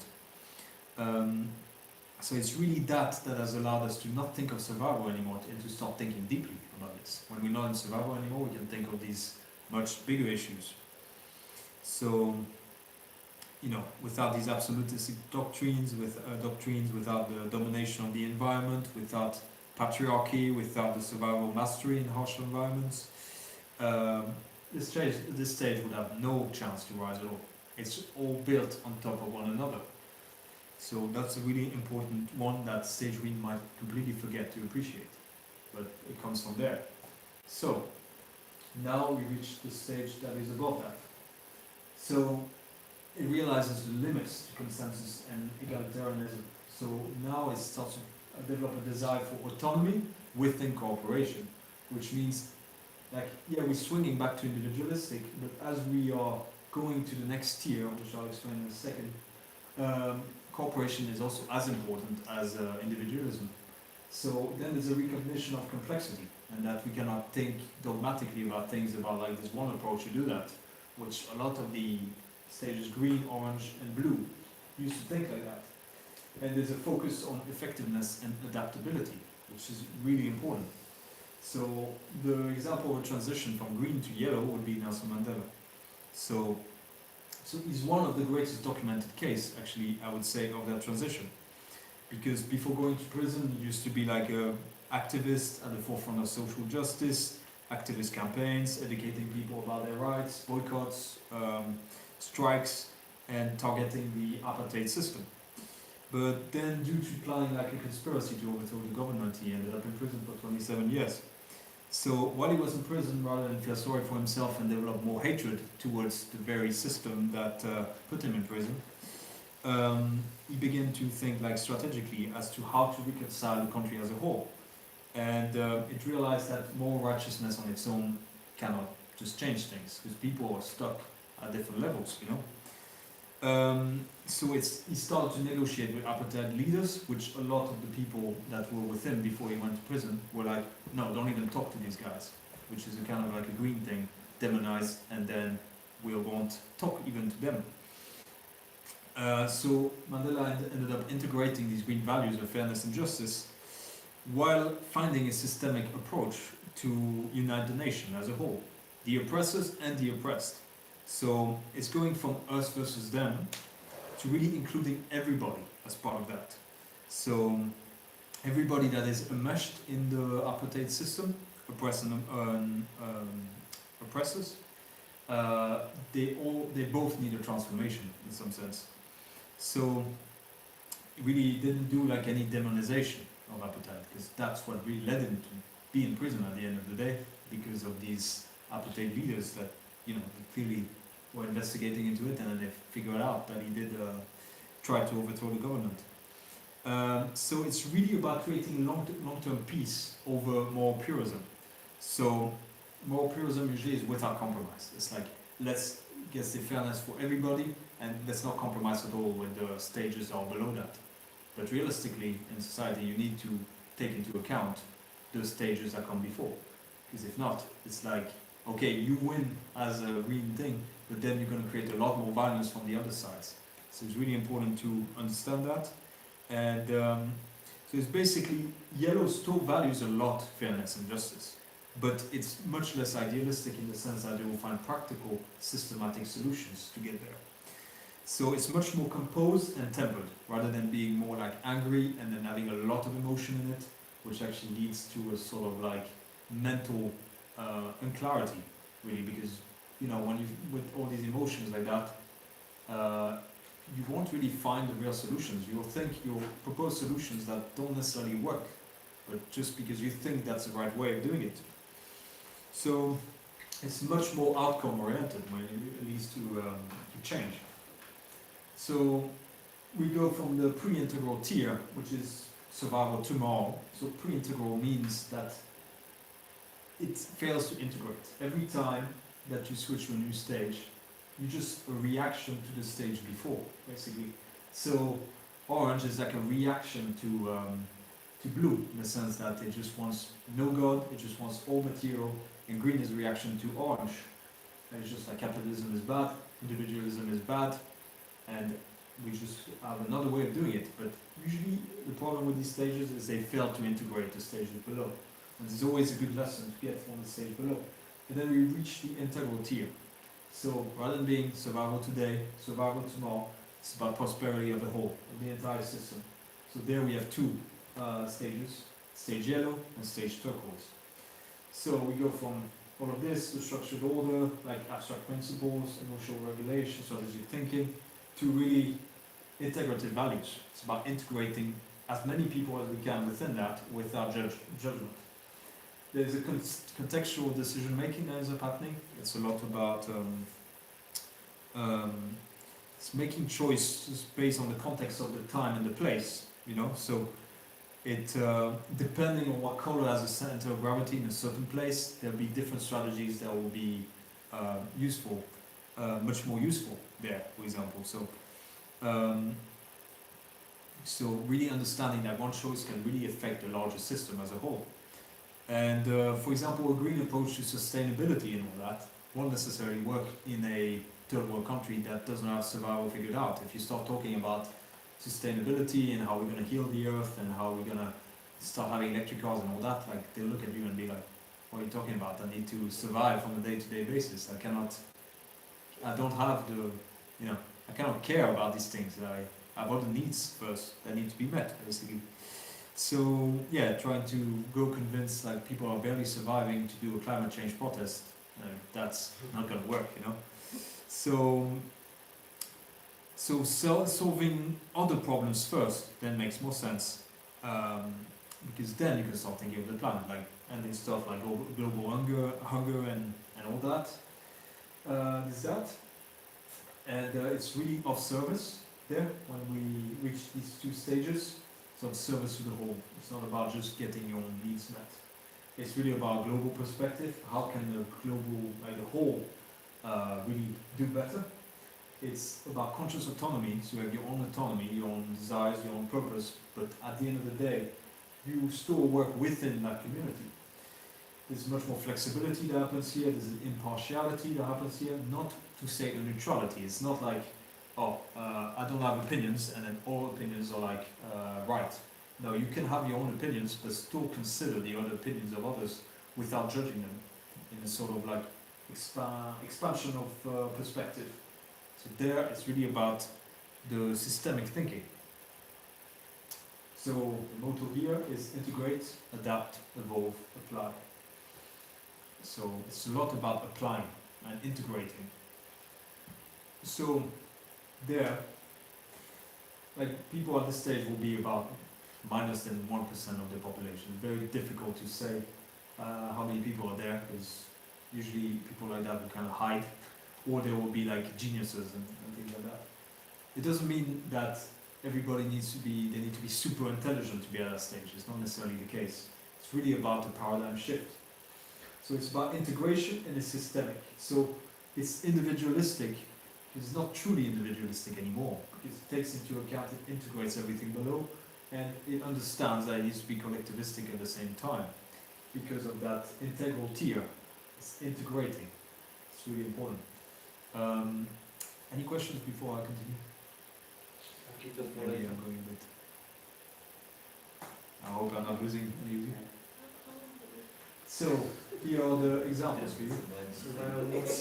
So, as I say, it's actually very difficult to communicate this stage without actually talking about real geniuses and all that, because it's really their cognitive capacities really allow them to go into the systemic field, like Albert Einstein, for example. But it doesn't mean that you need to. It's kind of difficult to talk about like a certain community that will be at that stage, because that doesn't really exist yet. Buckminster Fuller, which is the inventor of like systems thinking. Hey, I have a question. Yes. So, does this like whole spiral dynamic says that we aren't necessarily always evolving towards the next stage? Not necessarily. You can regress, or you can progress, or you can be in between, and you can have I'll explain that at the very end, like how that works. So Buckminster Fuller is the guy that invented systems thinking, so it's really taking into account a whole when you take a decision, for example. It's not just simply within this one nation or etc. It's trying to find a way that the whole system might benefit. And not, it doesn't mean that you're exploiting the system like Stage Orange would do before. It can be very systematic Orange, but that exploiting the system, not making the system win with it. It's about exploiting the system to then get what I want out of it. But Stage Yellow, really, true systems thinking, it's about benefiting the whole system, not just yourself. So we got Wikipedia, that's also a big example of that. It's like a decentralized open source website that connects the dots between different sciences and spirituality. And that's very much how it's like. Yellow is very much into decentralized. It doesn't want a centralized authoritarian system. We got Terence McKenna with the psychedelics and all that, and a very systematic approach to spirituality. We got Nelson Mandela, and we got Gandhi. Gandhi is as well one of the second really biggest examples that you can find.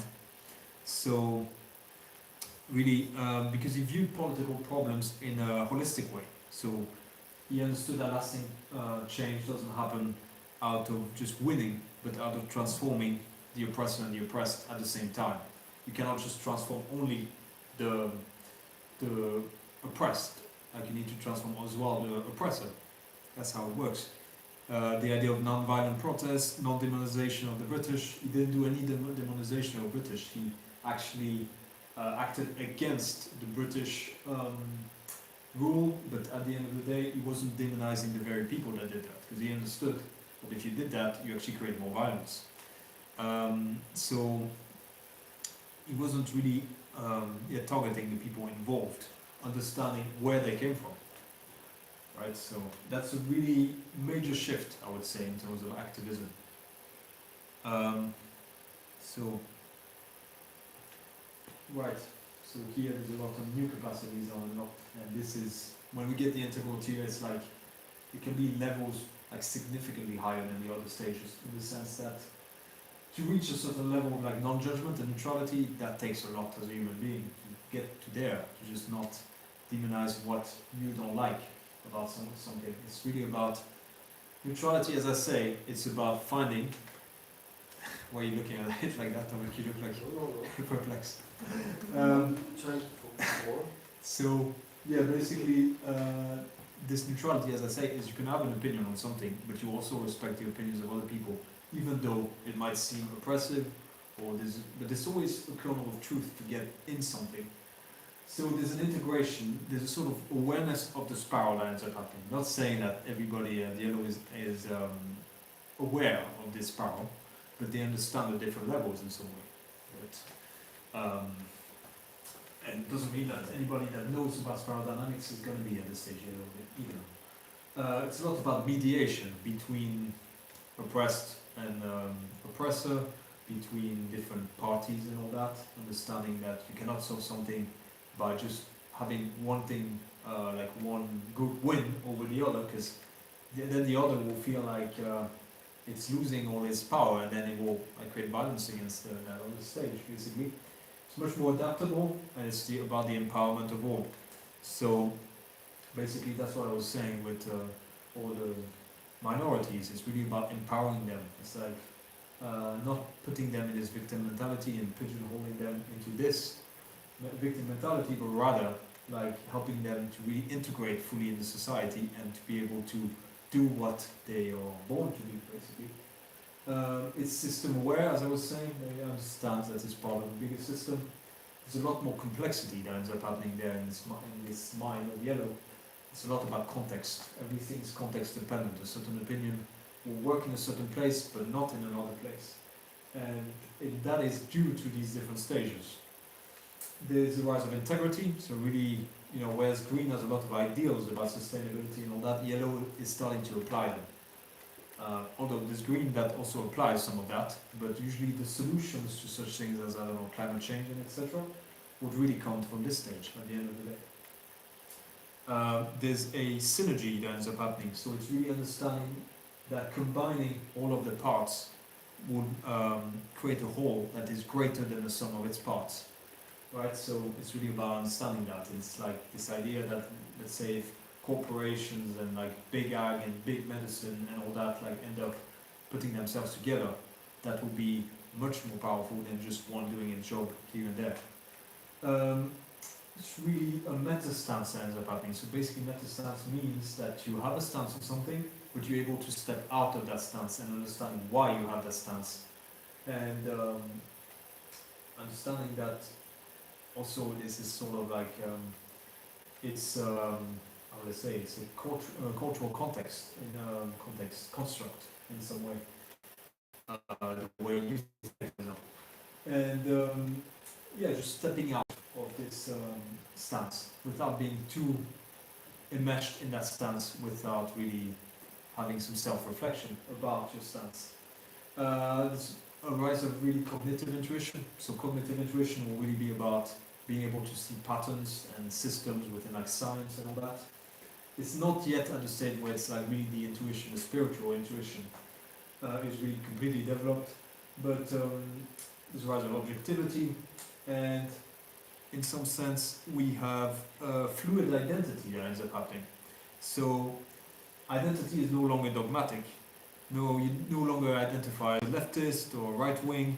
The mind is like flexible and adaptable, and according to the life situations that happen and the environment. So it's curious and willing to change as well. So it's not this flexible, this inflexible mind that, you know, a dogmatic mind. It's really about understanding there's always something to learn. It's very curious, this stage actually. And then we reach the point of detached compassion. So what do I mean by that? Whereas stage green will be a lot about compassion, it can be very enmeshed in it, very empathetic, and a lot of feelings towards it. Whereas yellow would have these visceral feelings of compassion, but at the same time it will be detached about it, understanding that making someone feel better on the short term is just not enough. It's all about finding a systemic solution that will benefit these minorities and etc. And understanding such as, I don't know, like Nelson Mandela, basically, that, yeah, I mean, you can make people feel good about their race and making them, you know, understand their rights and all that, but at the end of the day, you've got to find an outcome to really make that happen, that everybody finds an equality, which Green can struggle a lot with, because it thinks that it will do it by imposing its views, but at the end of the day, we've seen many times that's not how it works. So that's really this. It's as much compassion as Green, but on top of that, it builds that detached point of view, which means that you do not let your feelings dictate what is right to do. It's all about, let's find a strategic way to apply that compassion as best as possible. It's similar to orange, no? What? Orange have the same kind of No, rationality. I wouldn't say that, because it doesn't have the compassion necessary at that stage usually to get there. Because yeah, in some way it does, because it's telling, I don't know, there's something in your life that's wrong, like go do it better, for example. It does that, but it's still not very useful at the end of the day to really on a systematic level. You know what I mean? Yes. So basically, I think it's still valuable to point out that there is a similarity between orange Yes. and yellow. And let's go back to the pendulum idea of why is this a spiral? Because the pendulum swings in one extreme and then swings to the opposite. And of course, it makes sense that 2 stages above you have swinging back to those values, but in a more evolved way. So, yeah, Like I it's the think- same between green and blue, for example. There's some Exactly. very similar things that you wouldn't see really, but the dogmatism, it kind of there in both spots. Like of course, green is a dogmatism much more evolved, but like between orange and red, for example, we have orange that actually values a lot stage red. It sees it like really as a glorification or stuff like that. Like, you know, for example, stuff about glory, like street fights and etc. It can have a big. Doesn't mean that to be liking street fights you need to be in sage orange. Like you can understand, there's no stereotype of that. But yellow compared to orange, the sense is, as I say, orange will try to exploit the system, whereas yellow wants to be part of the system. That's one of the best way to explain it, and it's less individualistic. It's about finding collective system, like understanding that. And it's all about, it's about, there's much more compassion in yellow than there would ever be in orange. So, here we reach a point where spirituality is integrative. So rather than being just open and I just take things here and there, it's integrative in a way. I'm going to find the best ways of that spirituality that work best for me and integrate them within. And certain parts I will just leave out because I find them to be, in some sense, superior to others, which is something that green would have a hard time with. So it's going for relativism to contextual relativism. So it's not just relativism and like every stance is equal to one another. There's some stances that are like higher in some sense than others.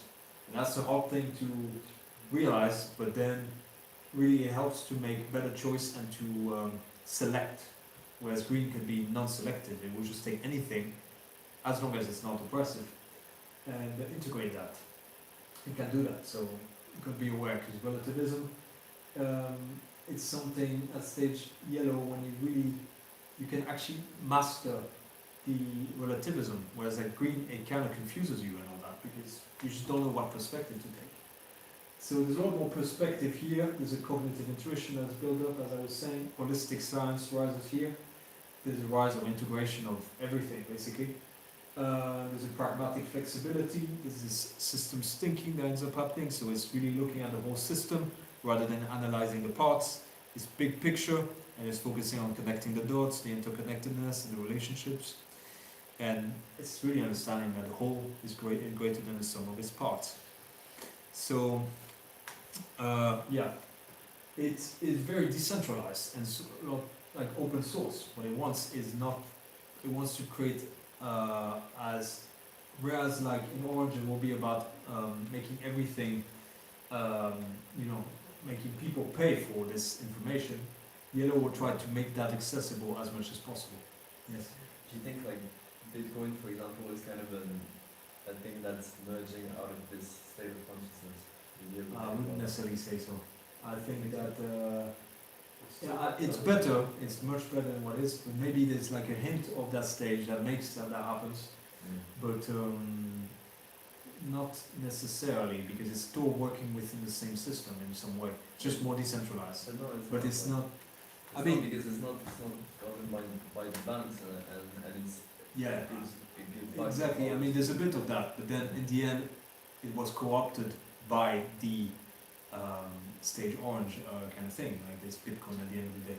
Of course, the idea, the initial idea of decentralization and all that, that's just actually, in some sense, but then how it got applied, the same like when you think about like stuff like carbon taxes.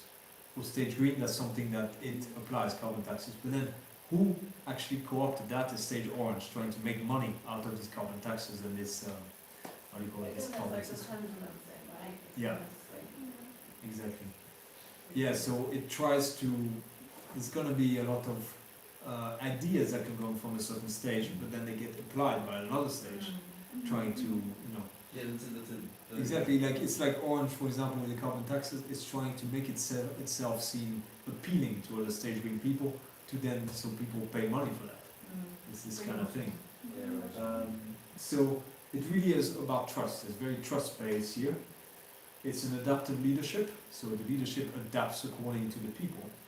And it's organized in self-organizing networks and communities, which means that the individuals, like they interact according to their skills, they coordinate without a central top leader, and rather they're guided by a shared goal.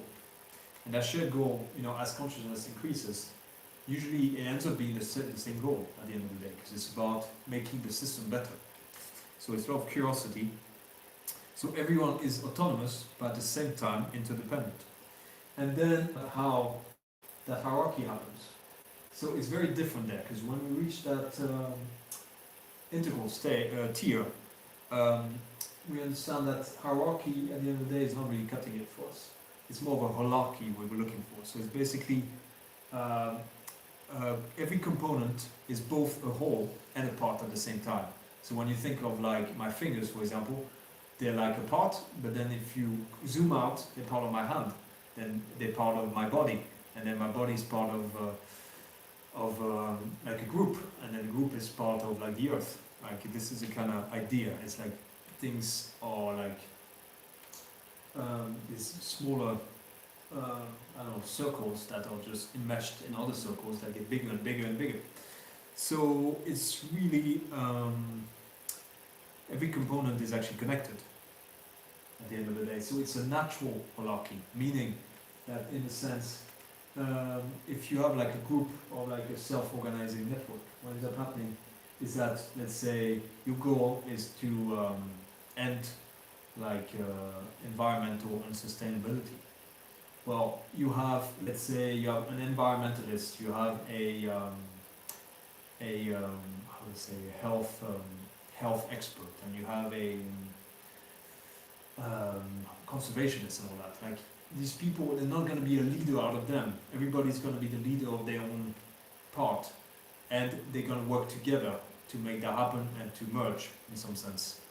That's like a natural way. Whatever person is best at their skills, they're going to do that. Whereas in Orange, it was like meritocracy. So it basically, even if you're better than your leader at a certain thing at your job, still, you're not going to take the decision.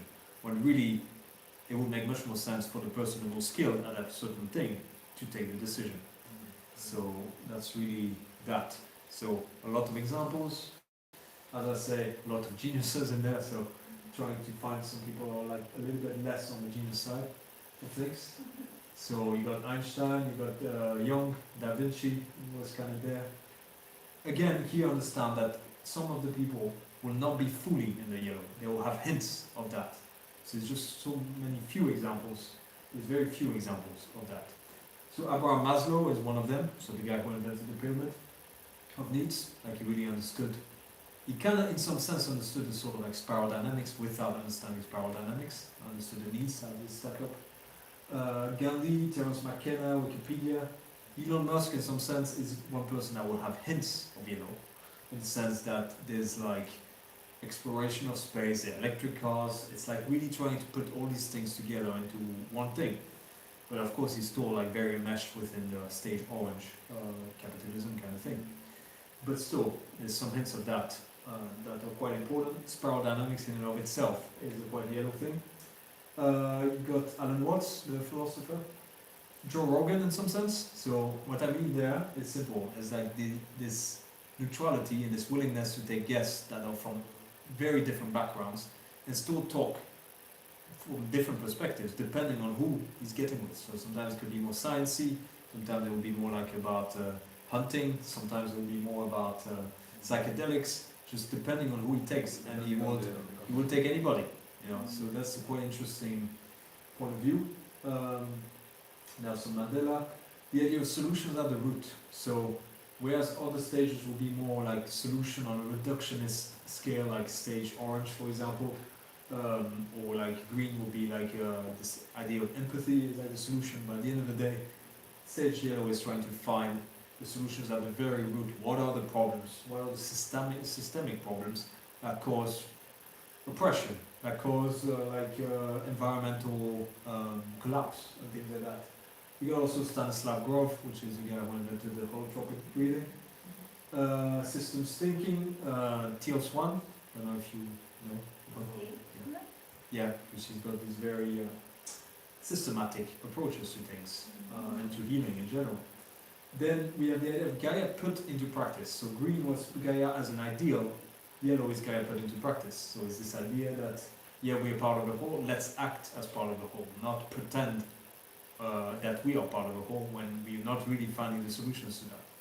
So in some way, what I mean, for example, is like one example of like Gaia put into practice would be in some sense some level of like minimalism, because you're just like not accumulating all of these things, you know, and that will help to really, you know, get the whole better. But then stage green sometimes can be a bit of hypocrisy towards that, and because it's still, you know, especially when you're in the mix between orange and green, it's like very difficult to put that into practice. But yellow really puts it into practice in some sense. Don't know if that makes sense here. So there's also big limitations in shadows here. One of them is over-intellectualization, because it's a lot in the mind actually, at the end of the day. As I say, we swing from right brain to left brain to right brain. This is very left brain. And that's why it's really difficult to really not put geniuses in there, because they have this cognitive capacity that allows them to think systematically, but like automatically. They didn't even have to, they're just the IQ, how they're born, you know. So there's a certain sense of restlessness, because when you're too much in the mind, can create this real sense of restlessness, because you need to experience things rather than being in the mind sometimes. And there's a big communication gap that can happen with all the stages. Like usually it's quite a chameleon, so it's able to communicate with the other stages, but it really needs some time to develop this communication. It needs to communicate, say, with stage red, stage blue, stage orange, stage green. It's like you got to communicate in a different way, in some sense, to really, you know, like for example, Nelson Mandela, when he did like when he met with the apartheid leaders, if he started reasoning from like a green stage, like the apartheid leaders would just think he's crazy. It's like that's not going to do anything. So he needs to start to think in terms of how that would better society, as they're more like stage of blue is apartheid leaders, and how it will make more stability, more structure, for example, when talking to blue. Whereas like in orange, for example, you can talk and start saying, well, they will contribute much more to society, which will bring a bigger GDP and all that. That's the kind of like flexibility we're talking of here. There can be an amount of loneliness that happens here, because it feels like it's the only one there and that nobody really understands it. Even stage green below can actually sort of even get to a point of sort of demonizing this stage, because they think it's too detached, it doesn't care about people, and really at the end of the day it does, but it's not shown as much, right? So really that's one thing. It can overcomplicate things for others, like it's this kind of like sometimes scientists will explain things like in a very complicated way, when really you would benefit a lot more from how would I say, from making it more simple. There's a potential arrogance that can happen here. It's like, I know better, I'm a systems thinker, you're not, and then that can happen. But as well as I say, there's healthy and unhealthy manifestations of it. Overthinking can happen. It can overvalue the rational in some sense.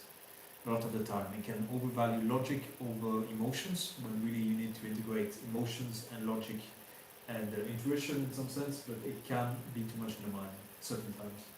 There's an analysis paralysis that happens here as well. It's like analyzing too much, but then what's your conclusion at the end? And you can't ever find a conclusion.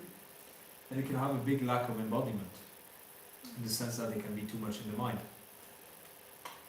So, then we reach the final stage, which is stage turquoise. Question. Yes. How do you define systematic thinking? So what I mean is like you're thinking in such a way that you're not just taking into account, like let's say if you're taking a business decision, you're not taking into account just the money you're going to make from that. Taking into account the earth around, like will you contribute to pollution, will you contribute to some type of environmental degradation, will you actually put up a product that actually is not going to add value to people, it's just going to be destructive, like any, like the big, different drugs and all that, things like that, because they develop it as stage orange in such a way that is like, I don't care about the well-being of people, I just want to make money out of that. As long as people will buy it, that's what matters. So it really is about finding that, and then, for example, your business. Is it gonna like, you're thinking of things like, or is it gonna benefit people spiritually? Is it gonna benefit people really on a level that will really add value to their lives, rather than create something they can be dependent towards, or addiction and all that? And it's really about how that's going to benefit the society as a large. At large. It's like thinking integration frame. So it's thinking within as if there's a system. So there is a system, like a whole macroorganism basically, that you need to take into account every time you take a decision. Yeah, it's like an inclusive way. It's very inclusive, yeah, exactly. So, any questions before the last stage? most exciting one. Yeah, Julie? It's just, no, it's like my fault, but you said that, like, some of the limitation of this stage was potential arrogance, but the few people that are here, are they taking into account all stages when they are making decisions or thinking? And like, isn't like every stage seen by the other stages or the stages below as kind of like they're more Above. arrogant, they Yeah. think they know better, kind of? Exactly. I didn't add it in the other stages because I always feel like it's above the others. But since this is an integral tier, it means that it's supposed to not have arrogance, but it can still develop it Okay. because, of course, they are the center of gravity in yellow. At the end of the day, you can still have some parts of your psyche that are like at stages below that. So it ends up being the case that this arrogance might still happen because, of course, these higher stages, they seem perfect, but they're absolutely not. Like, people will still feel certain things, they will still have addictions, they will still have problems, they might still be manipulative in some way, but in a lesser way, right? It's all about that. We cannot pigeonhole like people into one stage. They all land a different thing. You have a question?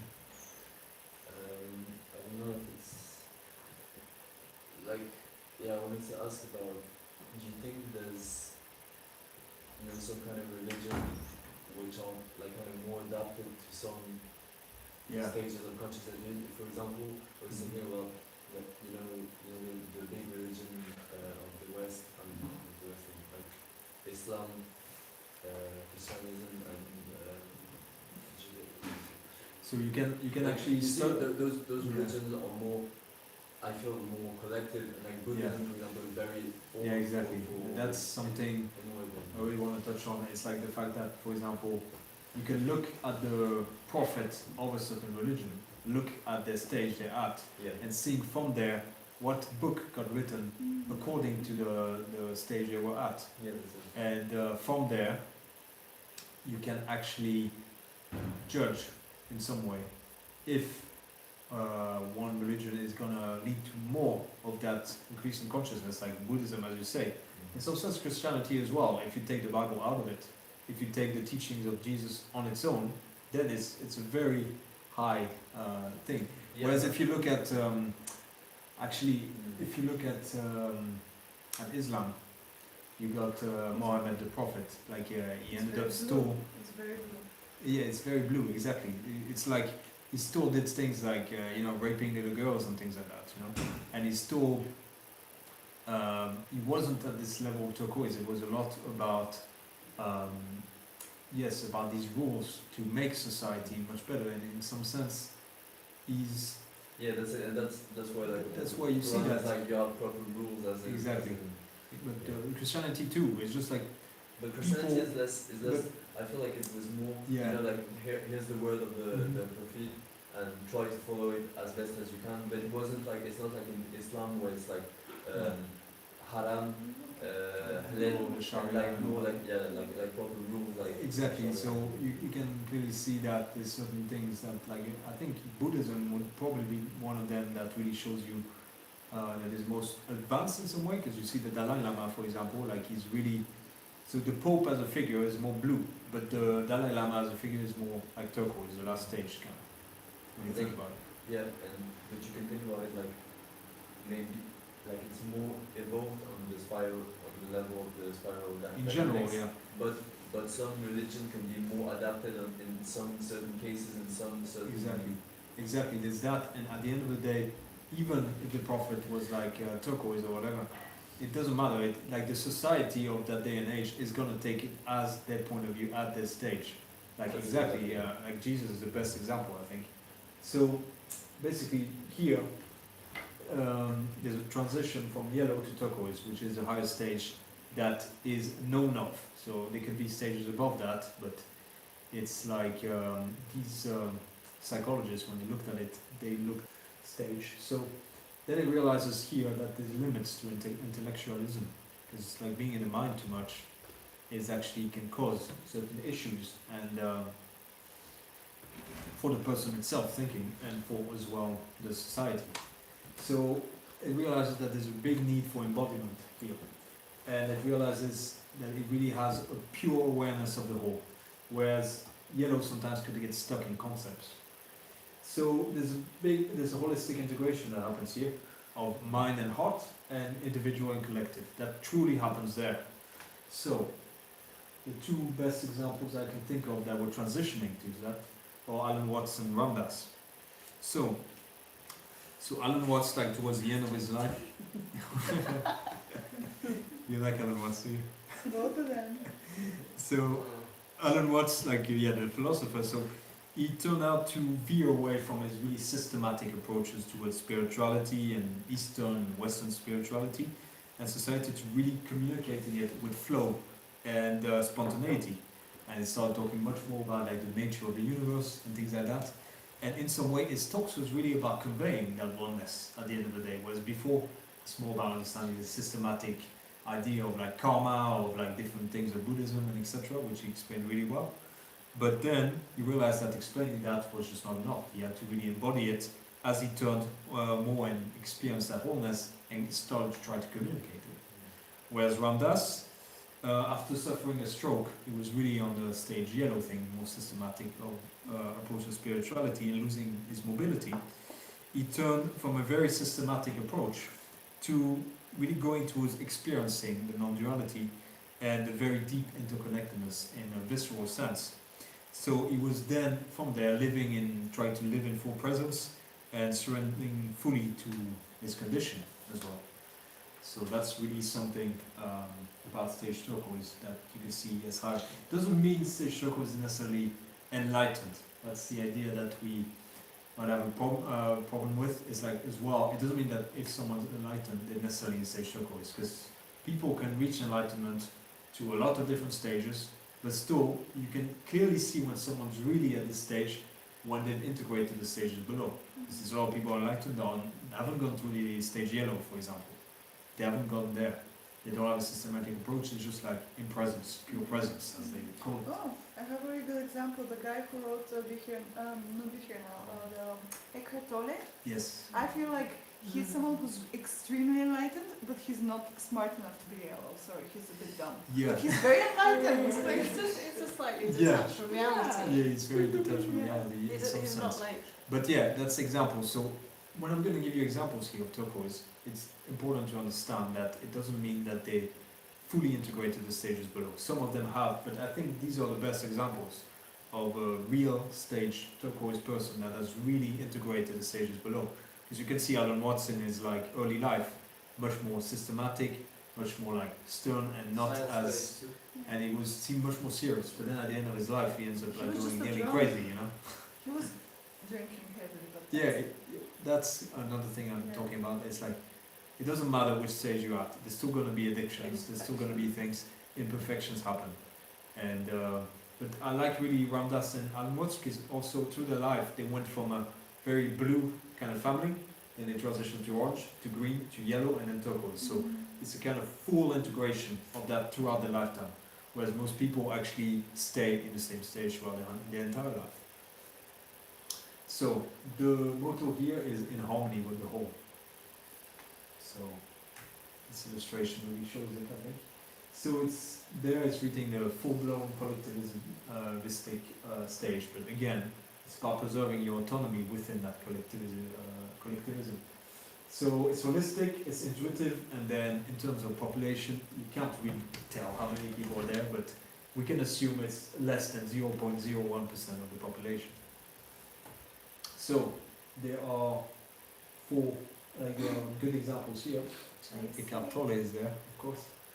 So we got the Isha Foundation and Sadhguru. That's really a guy that really is there. You can really see, and you can see by his foundations that he's really trying to convey the idea of turquoise slowly to people, depending on the stage and all that.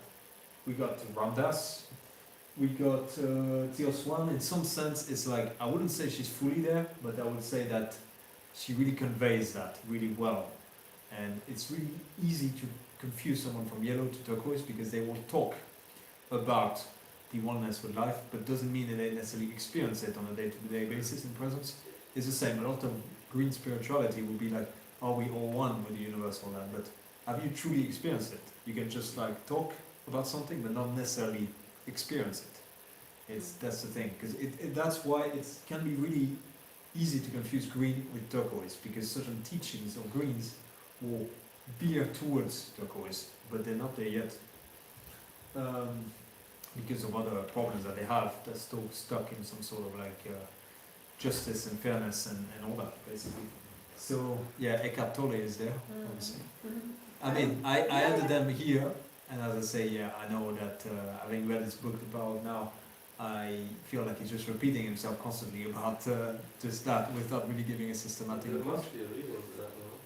But he's really, you can see that he embodies that sort of like presence. And then Jesus. So I added Jesus, not the usual symbolic way Jesus was portrayed, because he's not a white guy, he was like from Israel, so you know, he looks quite different in reality, so it's kind of like the best portrayal I could find. Yeah, I think Jesus would be like actually one of the best one that we can relate to, because I think most of us have read some parts of the Bible, so you'd understand a bit. And so really, the capacities unlocked here are like of tremendous value. So we have really this idea of resonance with life. So it's really this thing of like, if you meet someone that is this stage, you will feel that presence. You will feel the way they are, and this is the kind of thing that leads people to just like go there and try to kiss their feet or something like that, you know, in some sense, which we'll talk about a bit later, this idea of the cult-like turquoise. So it's really about being an embodiment. So all this spirituality and all this woo stuff for Stage Orange, there, it's really being embodied. So all of the New Age spirituality that says all the time, oh, we all one and all that, well, it's being embodied at the end of the day, there, really, truly. There's a global awareness that is there. It's systems-centered. It's not just systems thinking.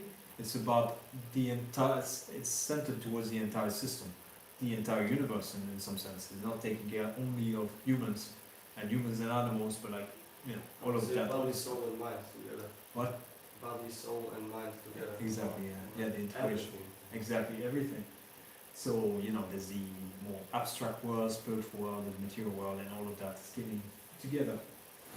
So there's an interconnectedness that here that happens, and it's visceral. It's not just saying that you're interconnected. It's like really visceral, like you really feel that. It's of service to the whole. Really, it's about being of service, and that's really important for that stage. It's all about flow and spontaneity. So I don't know if you've noticed, but some of the gurus, they end up saying some really weird stuff, you know, sometimes. Like some sort of weird parables, or these kind of like Zen masters that tell you, that tell these guys like, oh, sweep my floor for like 40 days and then I give you the source of enlightenment. And then at the end, none of that happens, you know, and just so they can understand the lesson kind of thing. So it's this kind of Alan Watts thing as well. It's very flow and spontaneity in the way that he talks. It's very life-centered. And so here the spirituality is purely experiential, it's visceral. So it's not about making an abstraction of it. It's not about, oh, there's a physical God in the sky that's like a man. It's like, no, it's about how do I experience that spirituality and how it's all experienced throughout the whole. So it's embodied in experiential intuition, whereas yellow was very much cognitive intuition, which was more like IQ and all that. This is more about these, how would I say, it's just, it's like, it becomes like more visceral, that intuition, and it doesn't come out of the mind, but rather it comes out of like spontaneous realizations kind of thing. Of course, like anybody can have these spontaneous realizations, but at this stage, it's like this thing nearly on like kind of daily basis that it happens in some way. So, yes, it is actually the rise of collective consciousness, and it's really the horizon, the aim of the major religions. So that's what I was talking about. It's like, it's what really religion aims towards most of the time. So, you know, whereas a lot of Christianity would be experienced through blue, stage blue kind of viewpoint, and you can see that blue co-opted, I finished that point, can co-opt the teachings of like Jesus, as I was saying. For example, like, you know, like into a book And when really Jesus wasn't talking about anything dogmatic, he was teaching about non-dogmatic turquoise basically. He never said like certain things like it's wrong to have sex before marriage or things like that. Like it's not necessarily that he talked much about it. What? How do you know? No, but I mean it's in the way that he's really talking. Like when they talk about how he talked in the Bible, he never said these things. It's like other people after that ended up, like the other prophets, that ended up putting these things together. When truly, at the end of the day, it's just like, just to follow in his non-dogmatic teachings. Exactly, he didn't even want to kill a whore. Like he was like, Yeah. throw a stone if you're. Yeah, exactly. He said this example is like, he said like his prostitute was being stoned, and then he just basically said, may the first one that doesn't have any sins like throw the first stone, and then they all threw the stone on the floor because they all had sins. There's this kind of idea. And then, but then as well, we must understand that stage, and I can actually study that example. It then went to the prostitute and then said, "Sin no more." Like so, basically, also in some sense, it's not just this non-dogmatic thing. It's also there's a certain opinion that is still being there at the same time, but it's it's a lot more loving in the way that it says these things. So what do you want to say?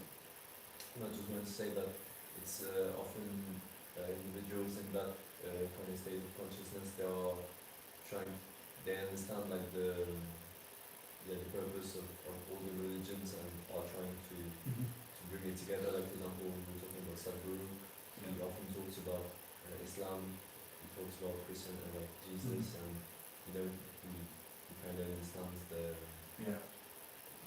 end point and what exactly what the prophets are pointing to. Yeah, but it's the same with Islam. When you look at Muhammad, it's the same thing. Even though he was more stage blue, is that he probably experienced some enlightenment in some way, and then he pointed at it through the stage at which he was at. Yeah. So that got co-opted, this realization, and that's what ends up happening. Actually, read through it, and actually, there's a lot of these experiences of enlightenment that can happen at various stages. It doesn't happen necessarily at turquoise. It can happen even at purple, and still people will like view it through their own lens.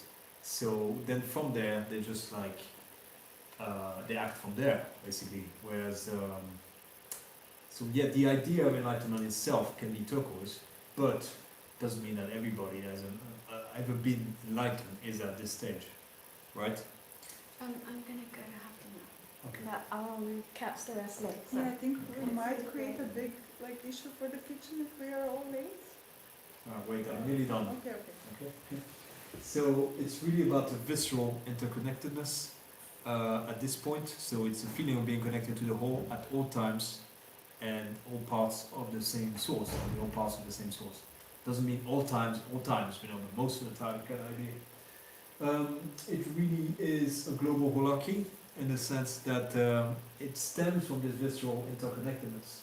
It's understanding that and feeling it and living it, right?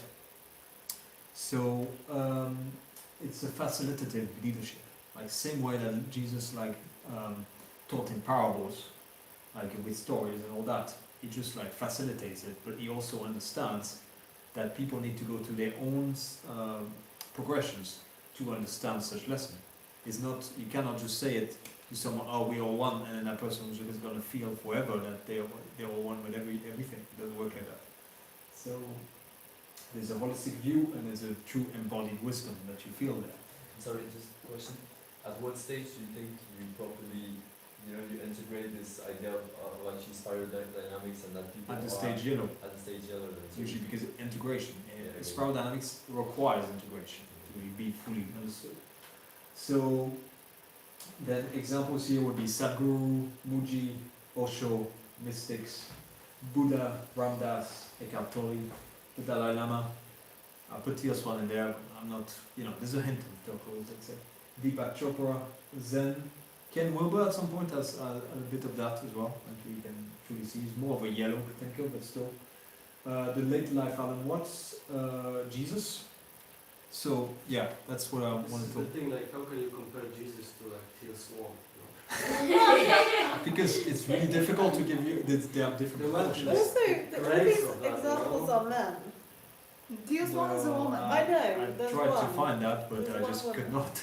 Oh. But it's just because they like think about themselves. Because- about those No, no, mistakes but they I make. could not. Just Like I was something asking, and I just had a hard time Female seeing it. children? She's like a monk. But who? Yeah, Female but the children? thing is, She's a monk. there's plenty of Yeah, but there must be, but they're just not being known. It's probably not in books and all that Also stuff. So conceptual on this stage, I think. it's Yeah, this difficult. is very. Yeah, but, Maybe we don't know any. but in some sense, There's like like it's also because I guess because before as well, like this sort of idea of enlightenment and all that was more like it was for men, and nowadays it's like catching up. That then, you know.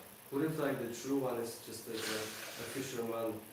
Yeah. Maybe there's no need that the Like church we don't was- know. It's hard to verify. It's hard to say. They don't Hard need to to say. be prophets But, in church class. They just So, need an honest really- self. I want to like talk through the example of Jesus.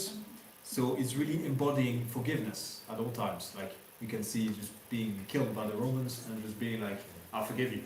It's kind of idea. It's not this dogmatic I forgive you that could come from stage blue as being like, I want to be like Jesus. No, it's really viscerally feeling that forgiveness.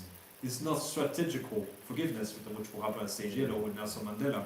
Maybe he felt really, really hurt from the apartheid thing, being 27 years in prison, but he ignored it and then went towards forgiveness.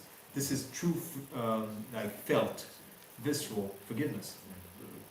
It's not just strategic. So it's really of service and really humble, like you know, like just all this baptism and all that of other people and etc. And then just like being like people try to kiss his feet, he's like, no, don't do that. I'll kiss yours instead, for example. And really, it's a facilitative leadership in the sense that he invites one to really understand and really get into this interconnectedness. And he teaches it through parables. This is why the Bible took it like that, as you know, the idea of the Father, the idea of God as my Father. Actually, maybe he just spoke in parables, just saying that the Father means the source, maybe at the end of the day. So it's really that, and then people probably took it literally. So it's this thing that it can be quite, it doesn't care much of the words that it says, because it understands that words can only convey certain things, but then other people will take these words literally, like that. So yeah, just speaking it through parables and stories, and like it's like all these things like that. Then stage blue believes that he transformed like water into wine, like it's just a metaphor, right? And that he was reborn again, that was mostly a metaphor. Like he was maybe reborn to other people, in some sense. That's maybe what they need, what they mean to the other prophets after, or etc. So it's really important to understand that when sage circle person talks, it's not going to be something to take literally, because they're like, actually there's a kind of funny side to it, like flow and spontaneity of their words. They don't care much about the words that they talk. They're just trying to make you understand that there's something higher than that. So there's still limitations here. It can be hard to communicate to others. It's difficult to remember where it came from. Sometimes it just forgets all of the stages that was below. It can be a bit difficult to do that because it's truly fully sometimes not in the mind. So you need some kind of mind in some sense to think of these other stages. It can seem super airy. It can seem like stage orange will see that as so woo-woo, like really. It's like not understanding its value. It can be quite psychologically demanding in the sense that to feel this interconnectedness at all times and act within that, that must be quite a feat, you know, to get into this. Really difficult. It can develop a spiritual ego. That's the thing as well. It's like it releases ego, but it can develop a spiritual ego still at this stage. And that's the thing. It can create a cult around it. The best example I can give you will be Osho. So yes, he was at that stage turquoise, but actually the people around him created the cult, not him, not himself. At the end of the day, because he kind of like went in and then did some sort of lack of engagement. He just went to meditate for most of the day. So other people were like leading his community. He doesn't have the time or anything to do that because he's still stuck in this. And as I say, it's so psychologically demanding. that you cannot like be a leader at the same time. Like it's really difficult to lead everything, right? So usually a cult can build around it, and usually Osho would be more of a stage green kind of cult that build around it. You see, which is like this idea of like just trying to it's obsessed with fairness and all that. More like an orange kind of green kind of thing around it. Like orange, you know, when I say orange can be spiritual, I mean it can be because it's or a mix between orange and green, so it starts to acknowledge spirituality, or it's between orange and blue, so it's in between. You can see that clearly in the US. There's a lot of people there that are a mix of capitalists and that believe in God still. So there's a lot of that going on in the US, and you can clearly see this. It's kind of this transition going on. So we can struggle to integrate the stages below. There's a lack of embodiment, of engagement that might happen. And there's a risk of isolation. Just going, I'm going to go meditate in a cave for 40 days, you know, and not see anybody. Because it sees the value in doing that because it's immersed in full presence. That's what it really wants to get to. So it doesn't matter if that presence is with other people or on their own, in some sense. Right, so yeah, we reached the final destination, exactly. So there's still potential limits, and it's not perfect. Not every stage can be perfect. There's still addiction throughout the whole stage that can happen, for example, and desires, but they're less likely to happen as it goes up, right? And then just yeah. So I just need to. I have 2 more slides, okay? No, but Milan, you can't just go there. Yeah. Why not? Can't you just get it saved at the food? Can you get it saved? Can we come back and discuss after Yeah, the we dinner? should. After I mean, If it's you still, just finish the Yeah. 2 slides and you're gonna go and come okay. back. can we still like at least the Because questions? we have like 10 minutes to walk there. Yeah. Okay, so let's keep that slide here, and then we'll go to the 2 Yeah. slides after. You can And then continue for this, then close the YouTube, and then we do discussion panel. No, then it's like cliffhanger if you stop at that. Yeah. Yeah. It's gonna stop and we need to finish. Okay, let's do this. So what we will do? Because we But also it's want not completely questions. ready to have the Yeah. full one. How come there's people answering this thing? Yes, right? She There looks are some like people passage that- 4. Il y a des gens qui... Attends, de quoi? You look ketchup. Des 3 personnes qui étaient sur le live.